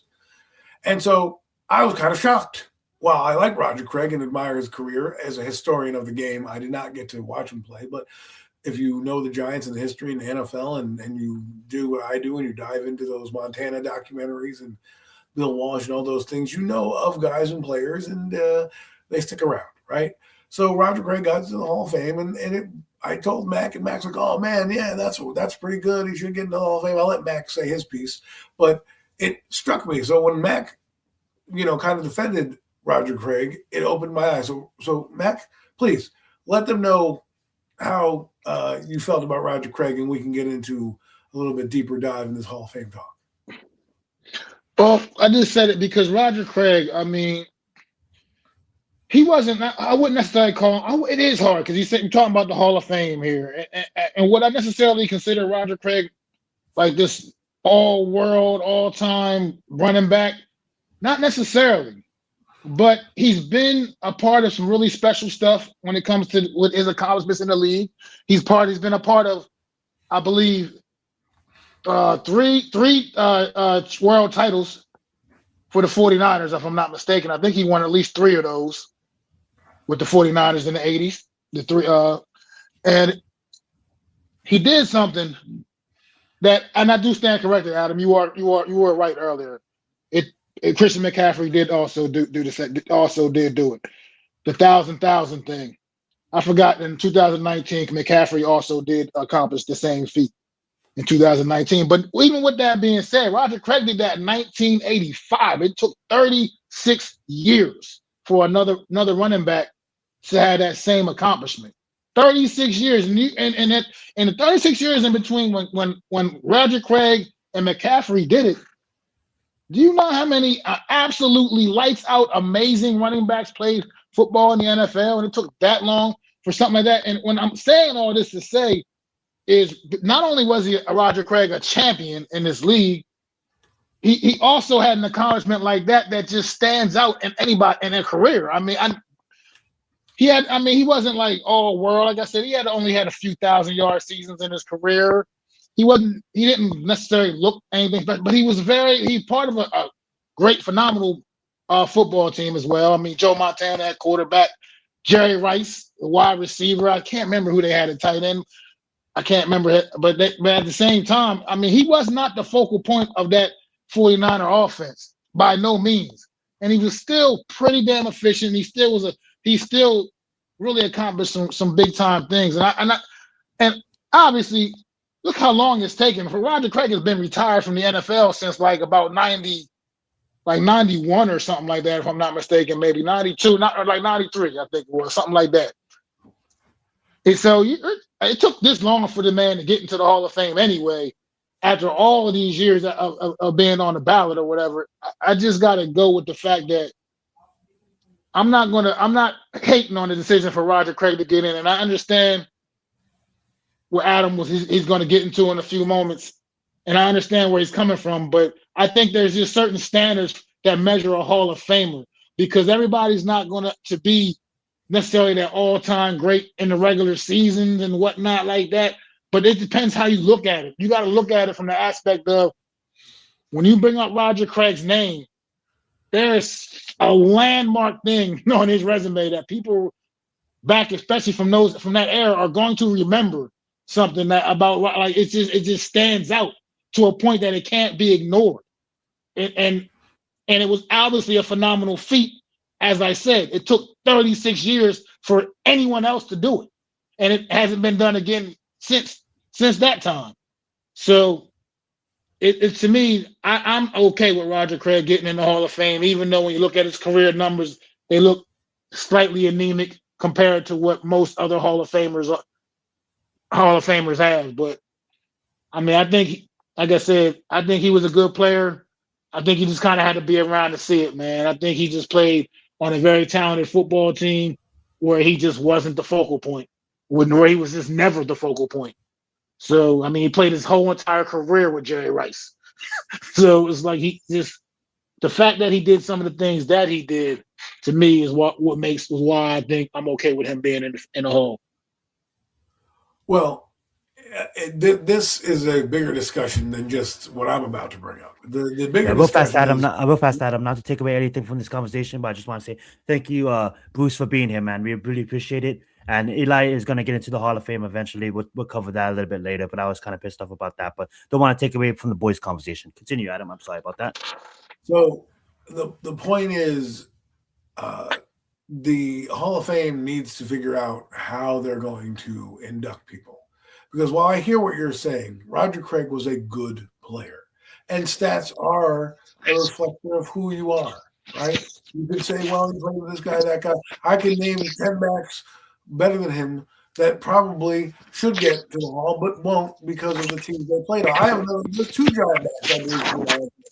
One is Henderson, who obviously played with the St. Louis Cardinals back in the day, and he did things on a Cardinals team. He was the only player on that team doing things. So you want to talk about a Hall of Fame player to do what he did on a bad team and then get the icing on top, I think he should be there, right? If you're going to put in a guy like Roger Craig. The other guy is Tiki Barber. Tiki Barber has almost 17,000 all-purpose yards between return yards, receiving yards, and rushing yards combined.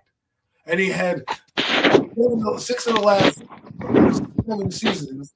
He had 800 yards. The 2 last seasons, he had 1,800 yards apiece. And so we then go, well, he doesn't have a championship or he doesn't. We always do that to.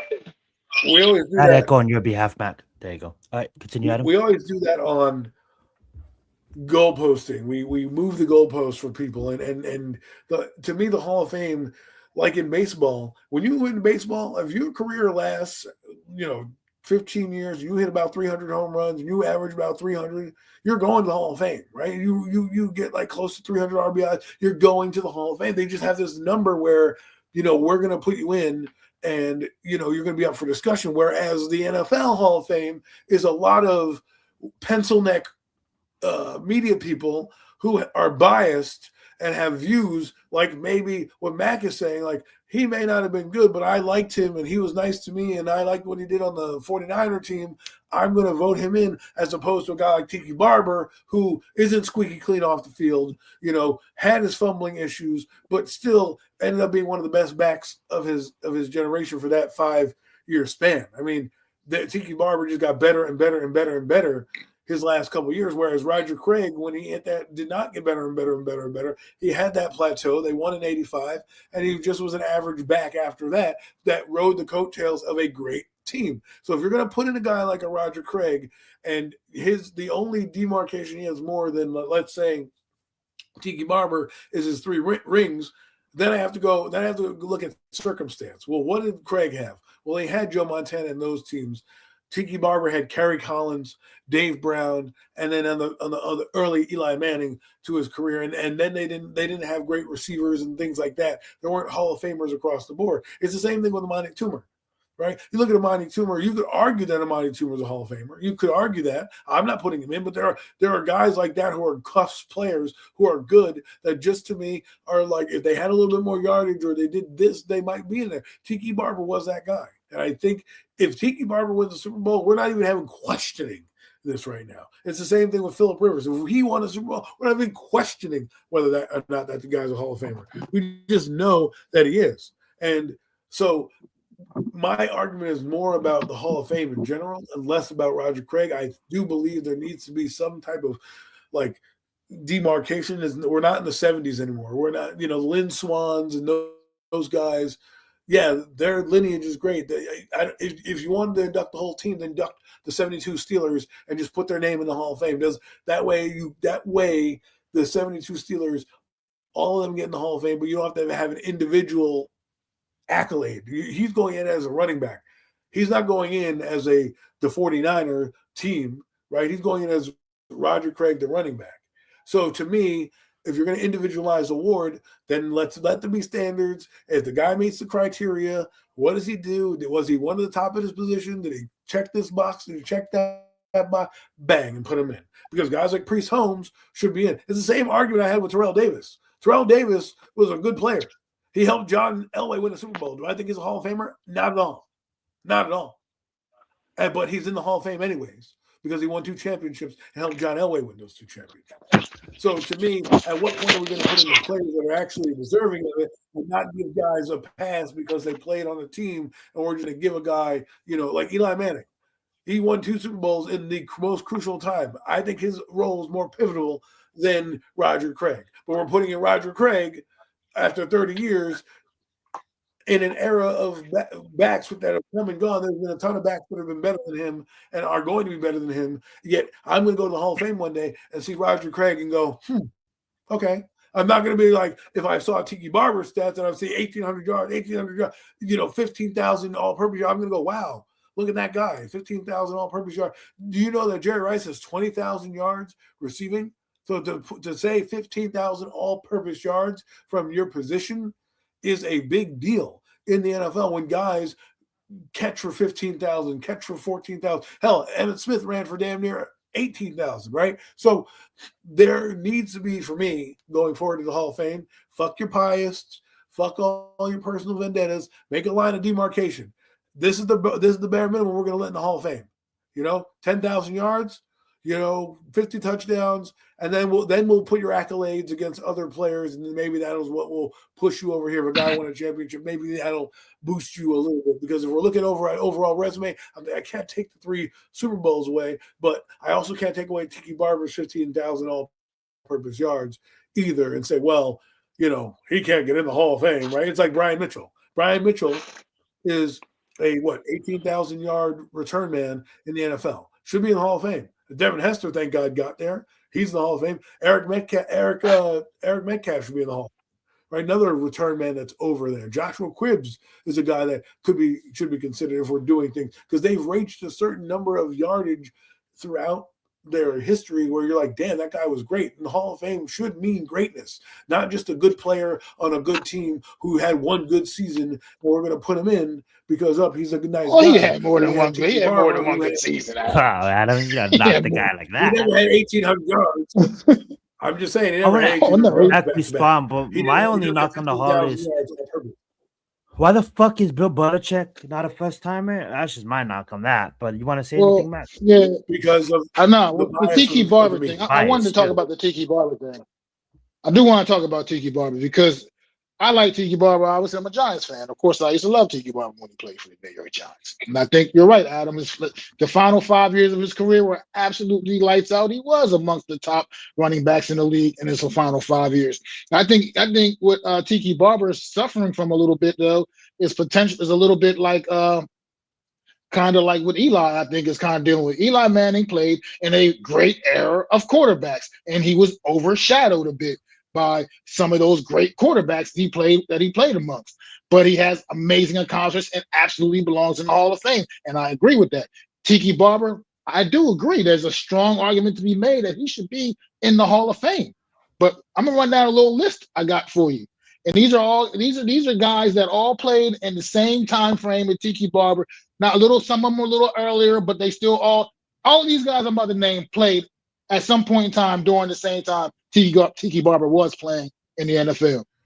And I got Damian Thomason, Jerome Bettis, Marshall Faulk, Eddie George, Edgerrin James, Hall of Famer. Edgerrin James, Sean Alexander, Jamal Lewis, Terrell Davis, Curtis. It's not about Roger Craig. I'm talking about Tiki Barber now. Roger Craig is like you said, that's a whole different thing. But I'm just saying. I understand what you're saying about the era of guys. That's not my issue. I can't just say, well, the era of guys, because I know that Damian Thompson did that. No, let me land this plane. Let me land this plane real quick. But my thing is, what I'm saying is, out of those guys that I just named, Emmitt Smith is also another one of that played during the same time. I mean, he was at the end of his career, obviously, but still.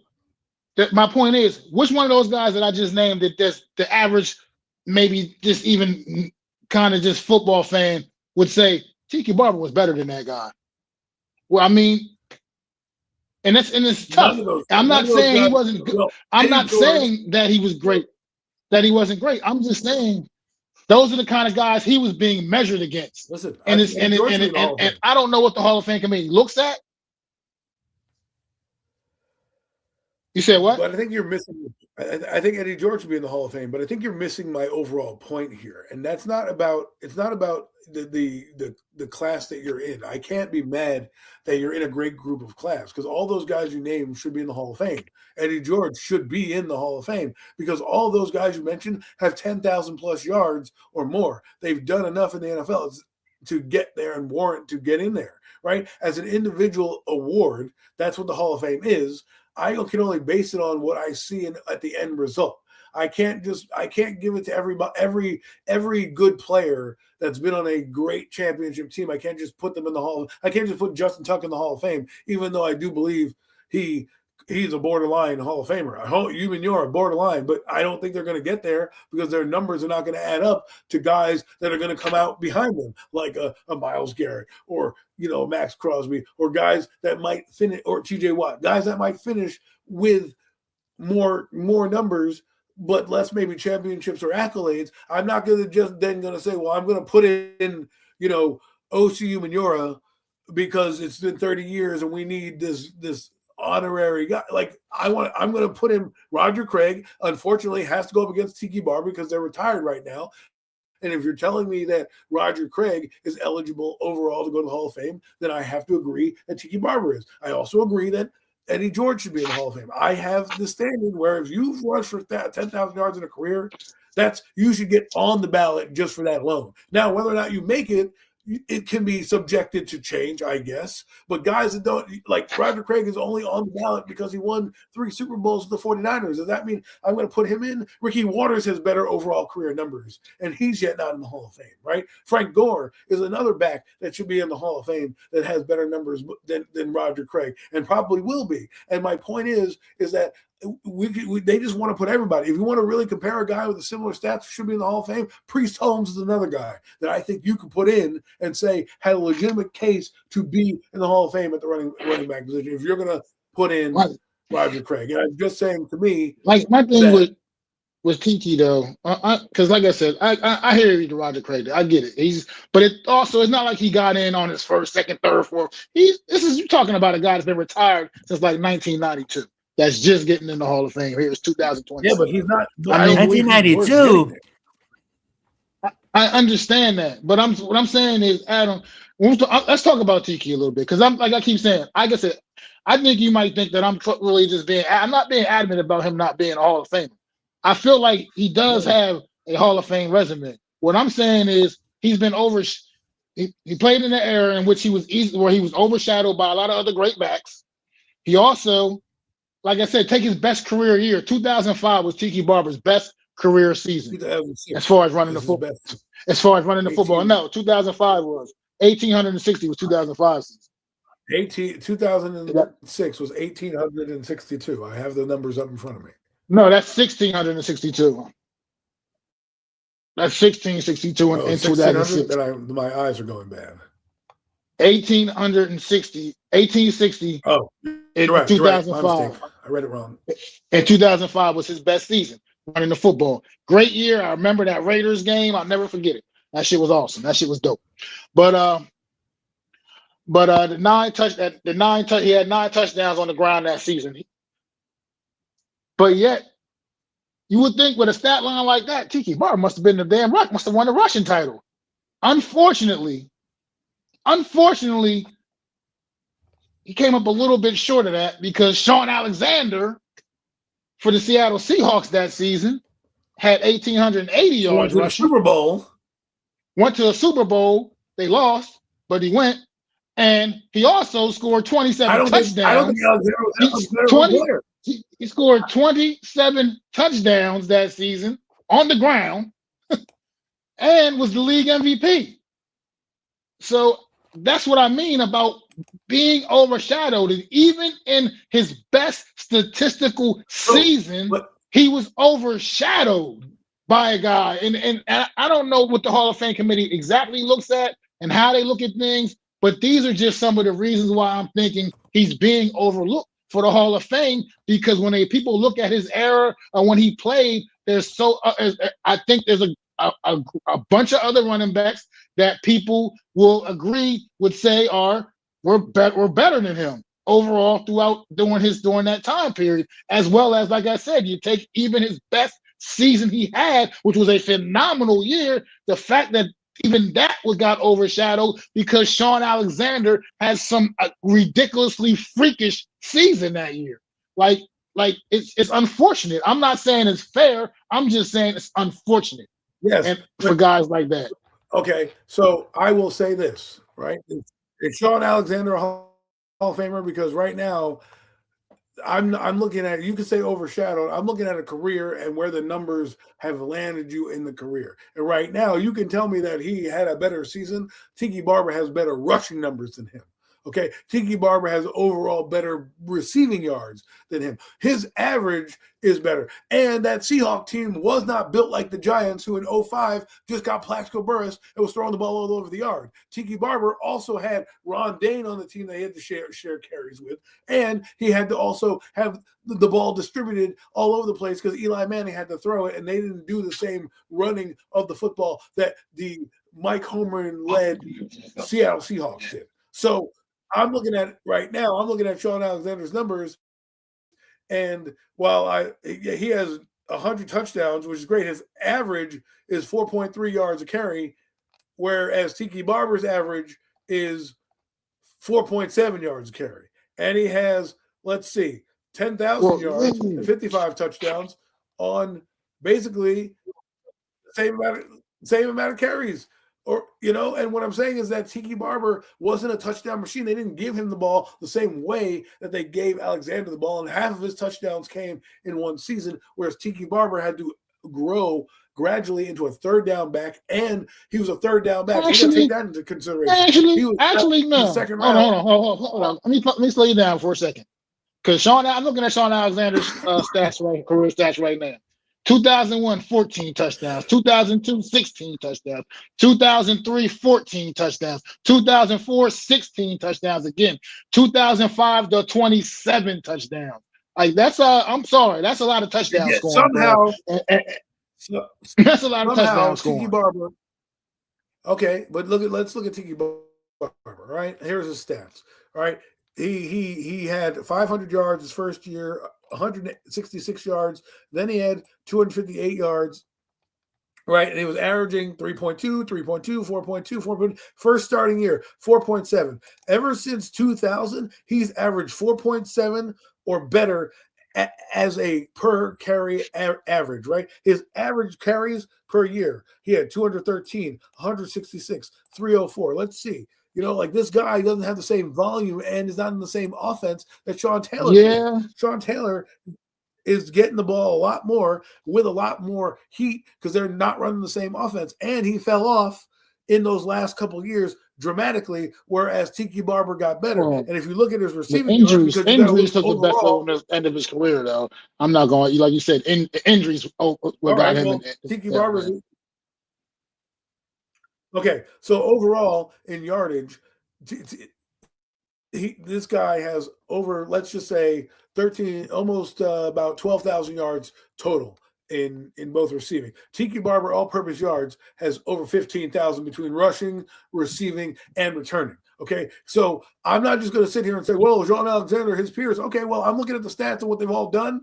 And Tiki Barber's done more on the football field than Sean Taylor did, right? So some of those carries and other rushes that you're saying is in the last half of that last 7 years, okay? He had, in 2000, he had 700 yards receiving, 500 yards receiving, 597 yards receiving, 461, 578, 530, 465. What did fucking Sean Alexander, his peer, do in the receiving department? Oh, let's see. 41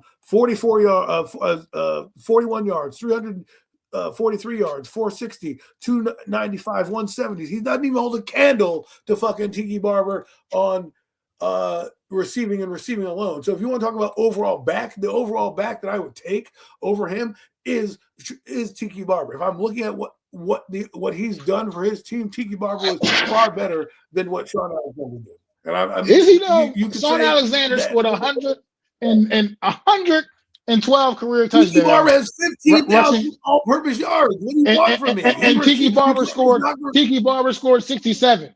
I mean, because you're talking about, like you said, we're bringing up stats though, Adam, and touchdowns are a stat too, right? Sean Alexander almost doubled up Tiki Barber in touchdowns. Almost doubled him up. Exactly why.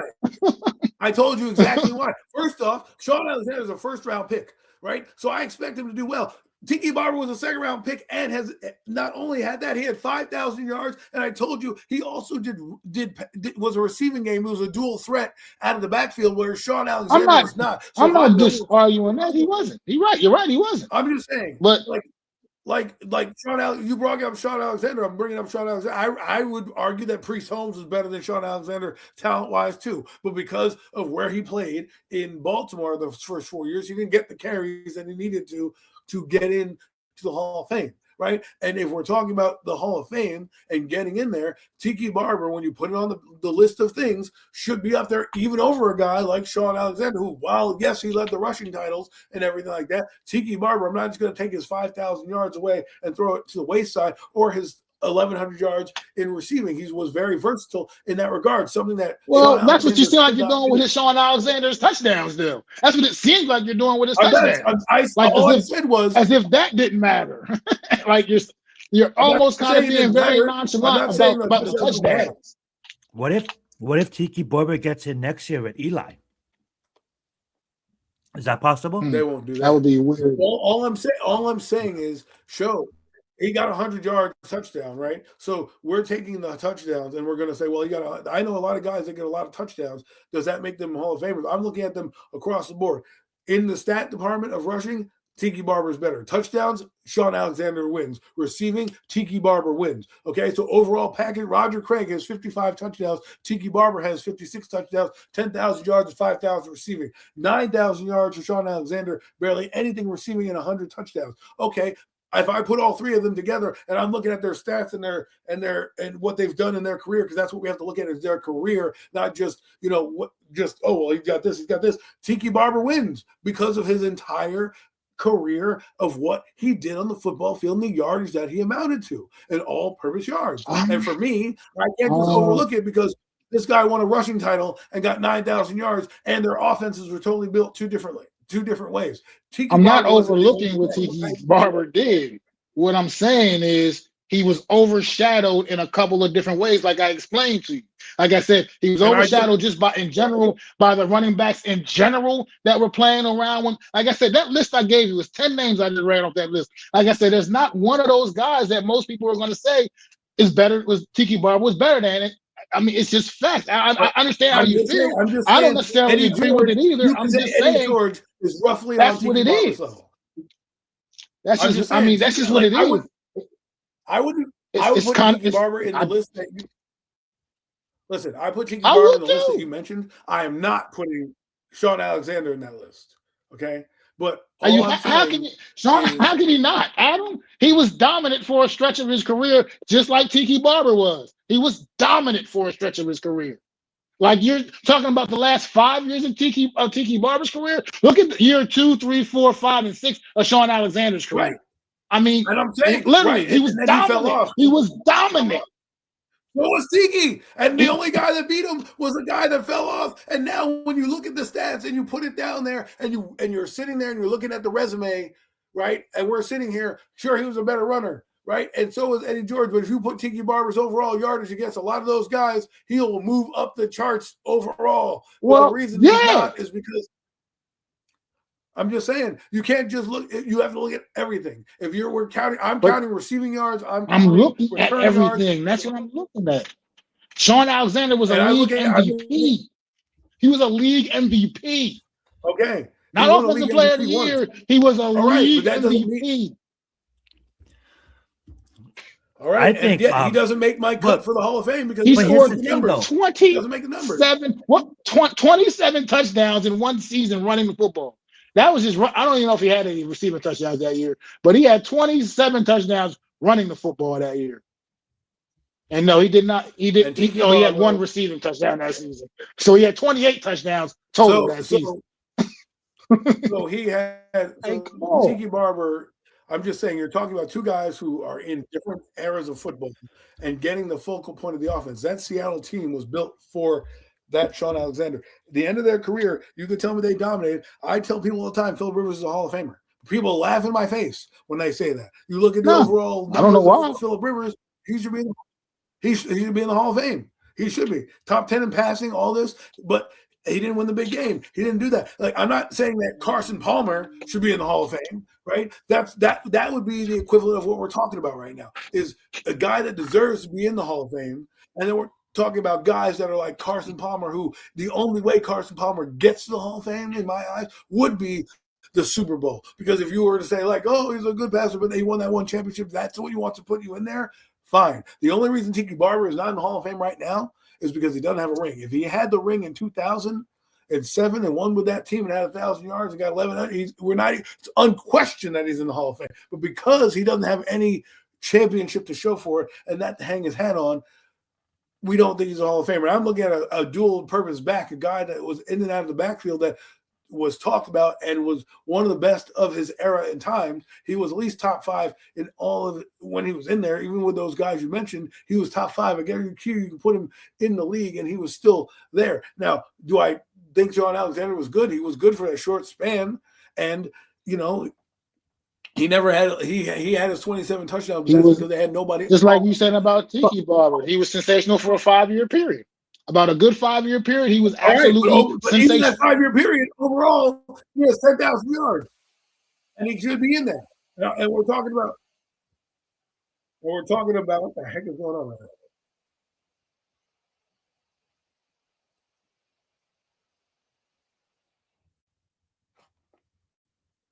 Well, that was crazy. But my point is, and my only issue. You're muted, Mac. You're muted, Mac. The Hall of Fame needs to have a line of demarcation.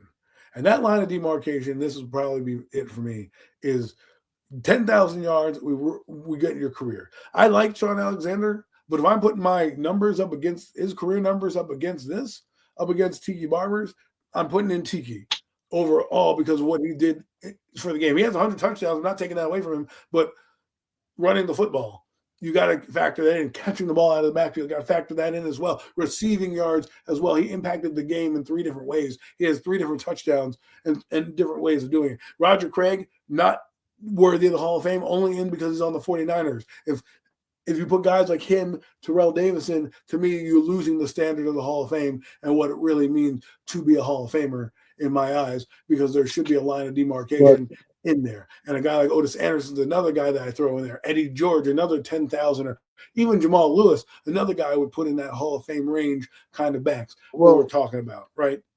I think with the real issue though is that people, and that goes for obviously the Hall of Fame voters, we all measure Hall of Famers differently.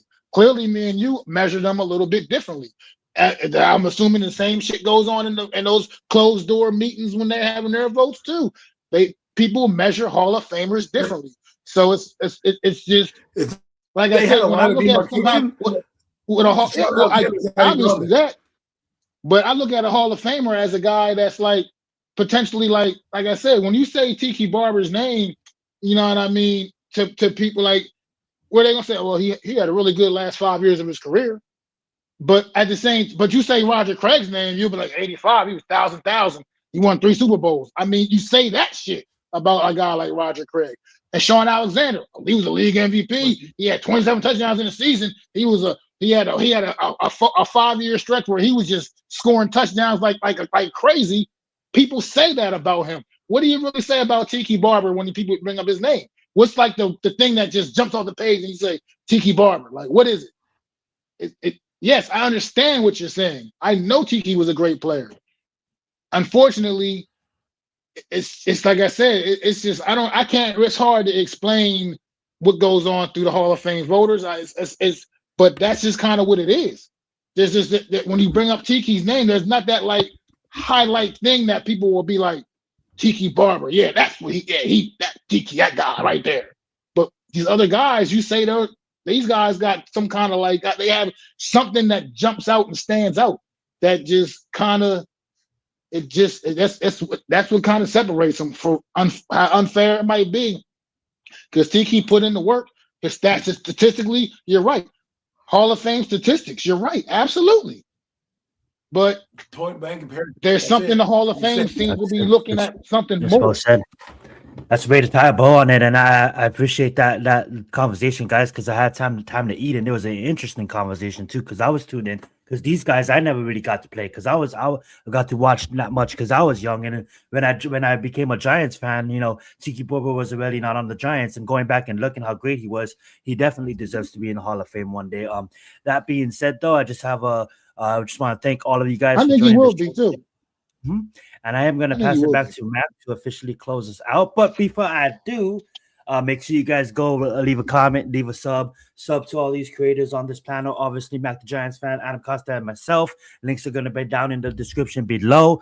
And don't sleep on J. Cole's final album, The Fall Off. No, we're a football show. Got to slide in my GOAT, my J. Cole in there. You know what I'm saying? Don't you sleep on his album dropping tomorrow. Back over to you, Mac. Unless, Adam, you have any final thoughts, or you good? You good for the day? Let's get it. No, that's it. Thanks for showing up, everyone, and hope you enjoyed our Super Bowl preview show. I look forward to having more as they come up. Love it. Back over to you, man. Absolutely, man. Definitely appreciate everybody tuning in for another edition of the Premium Takes podcast. We know it's been a while. We haven't been consistent with it. We're trying to work on that. We're going to get it back going again. We promise. But hope everybody goes out there, has a great weekend. Enjoy the Super Bowl. Hope it's a great game, man. Make sure you sub up to myself at Matt the Giants fan. Make sure you sub up to Adam at Adam Costa. Sub up to Zion and Zion Zenith. Sub up to the Hardcore Sports Network as well. We appreciate you guys tuning in, man. And it's been fun hanging out with y'all today. The debate was great, Adam. I appreciate everything you had to say, man. I respect it. Trust me.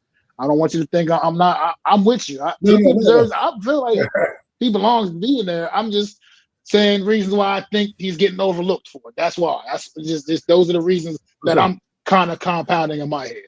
But why he's that's why we saved it for the show. But definitely, like I said, enjoy the game, everybody, man, and we'll maybe catch y'all next week. Who knows? If not, you know where to find me, man. You'll catch me. I'll be around. Like I said, pumping content out like crazy now, man. That's just what I'm doing. 2026 is a new year for Mac the Giants, man, and for all of us up here, man. We back, and me and Adam will be back soon with the Real Deal NFC's roundup as well. So stay keep it locked for that as well. Get them fours up for our guy, the legendary, the one, the only NYG Jeffy T, man. Throw them fours up for us in the chat. Always here with us. We know he's watching down. This is a big weekend for him, obviously. Super Bowl coming up, man. We'll see y'all, man. We'll see y'all soon. Pass.